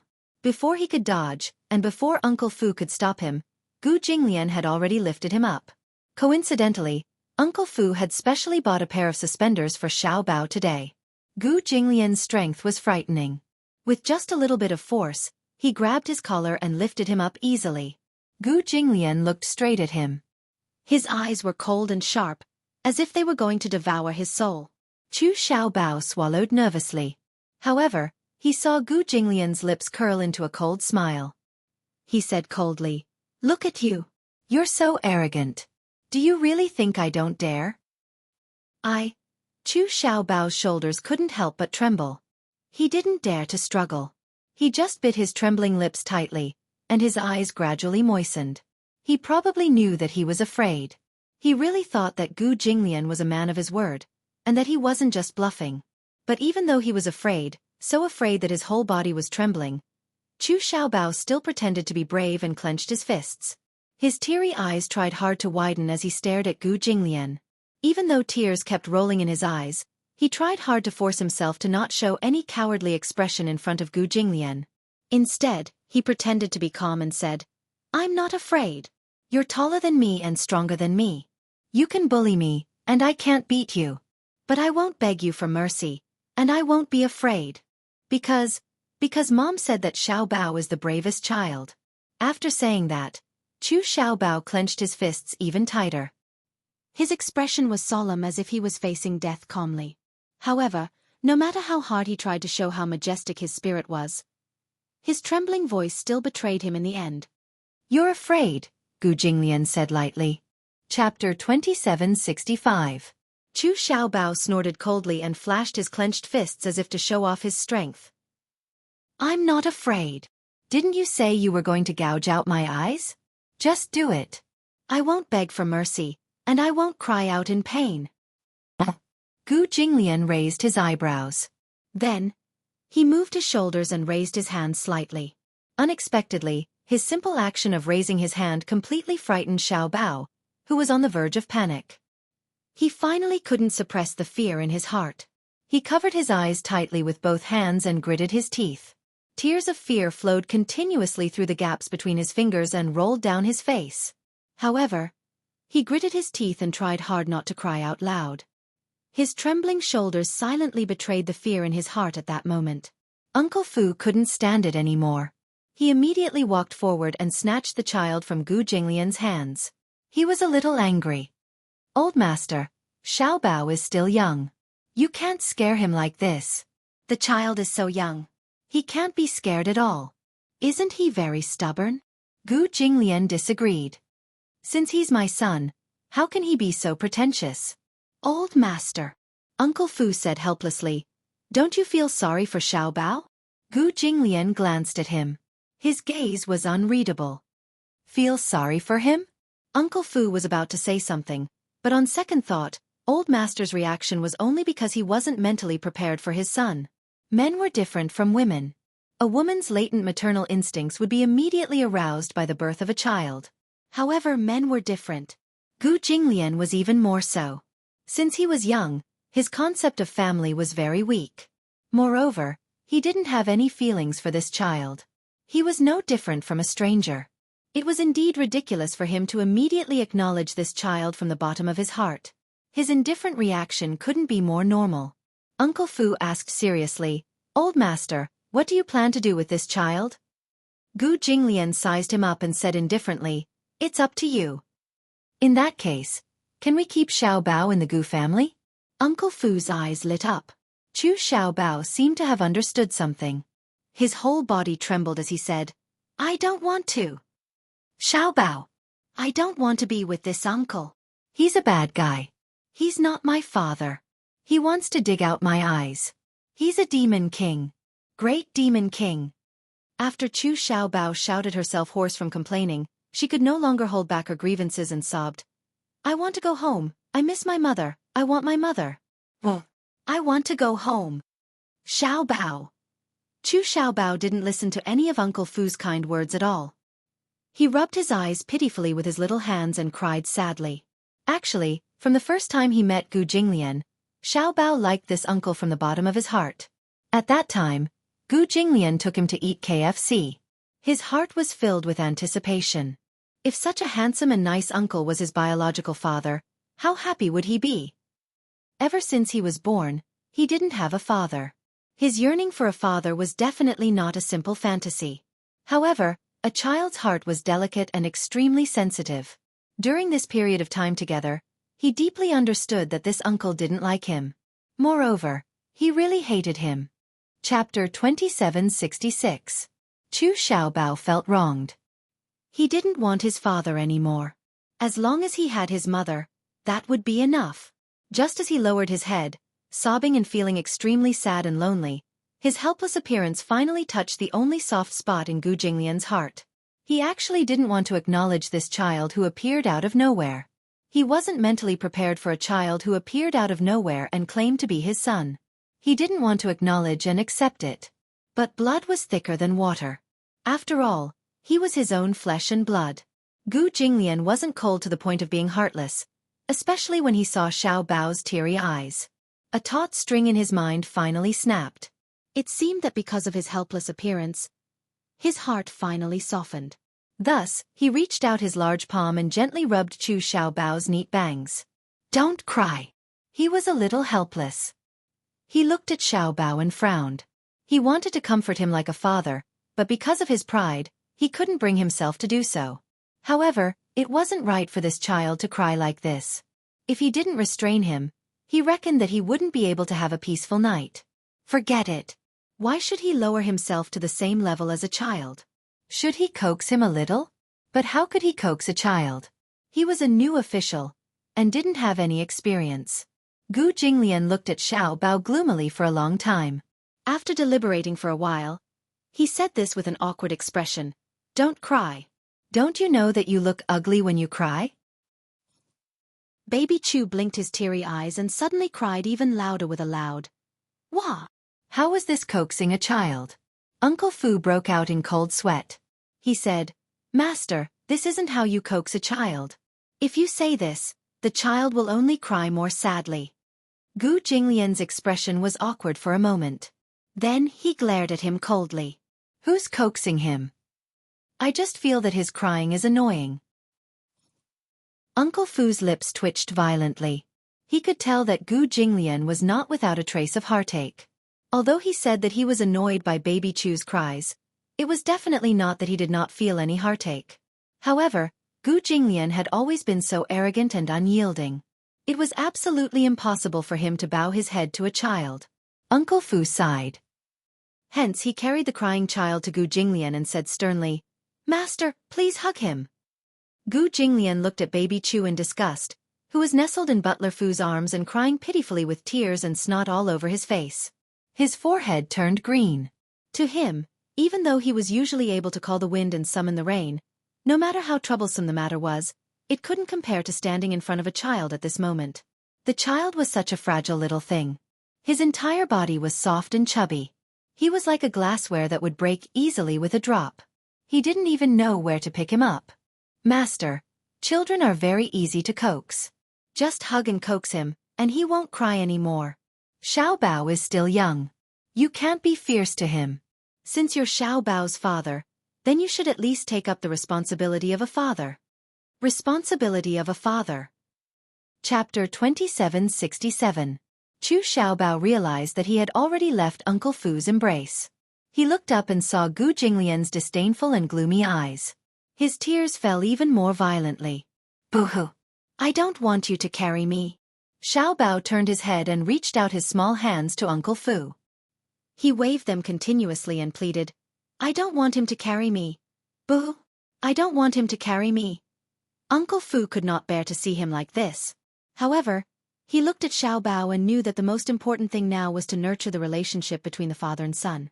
Hence, he hardened his heart, turned around and strode out of the room. With a bang, the door was closed. In the huge room, only Gu Jinglian and Xiao Bao were left.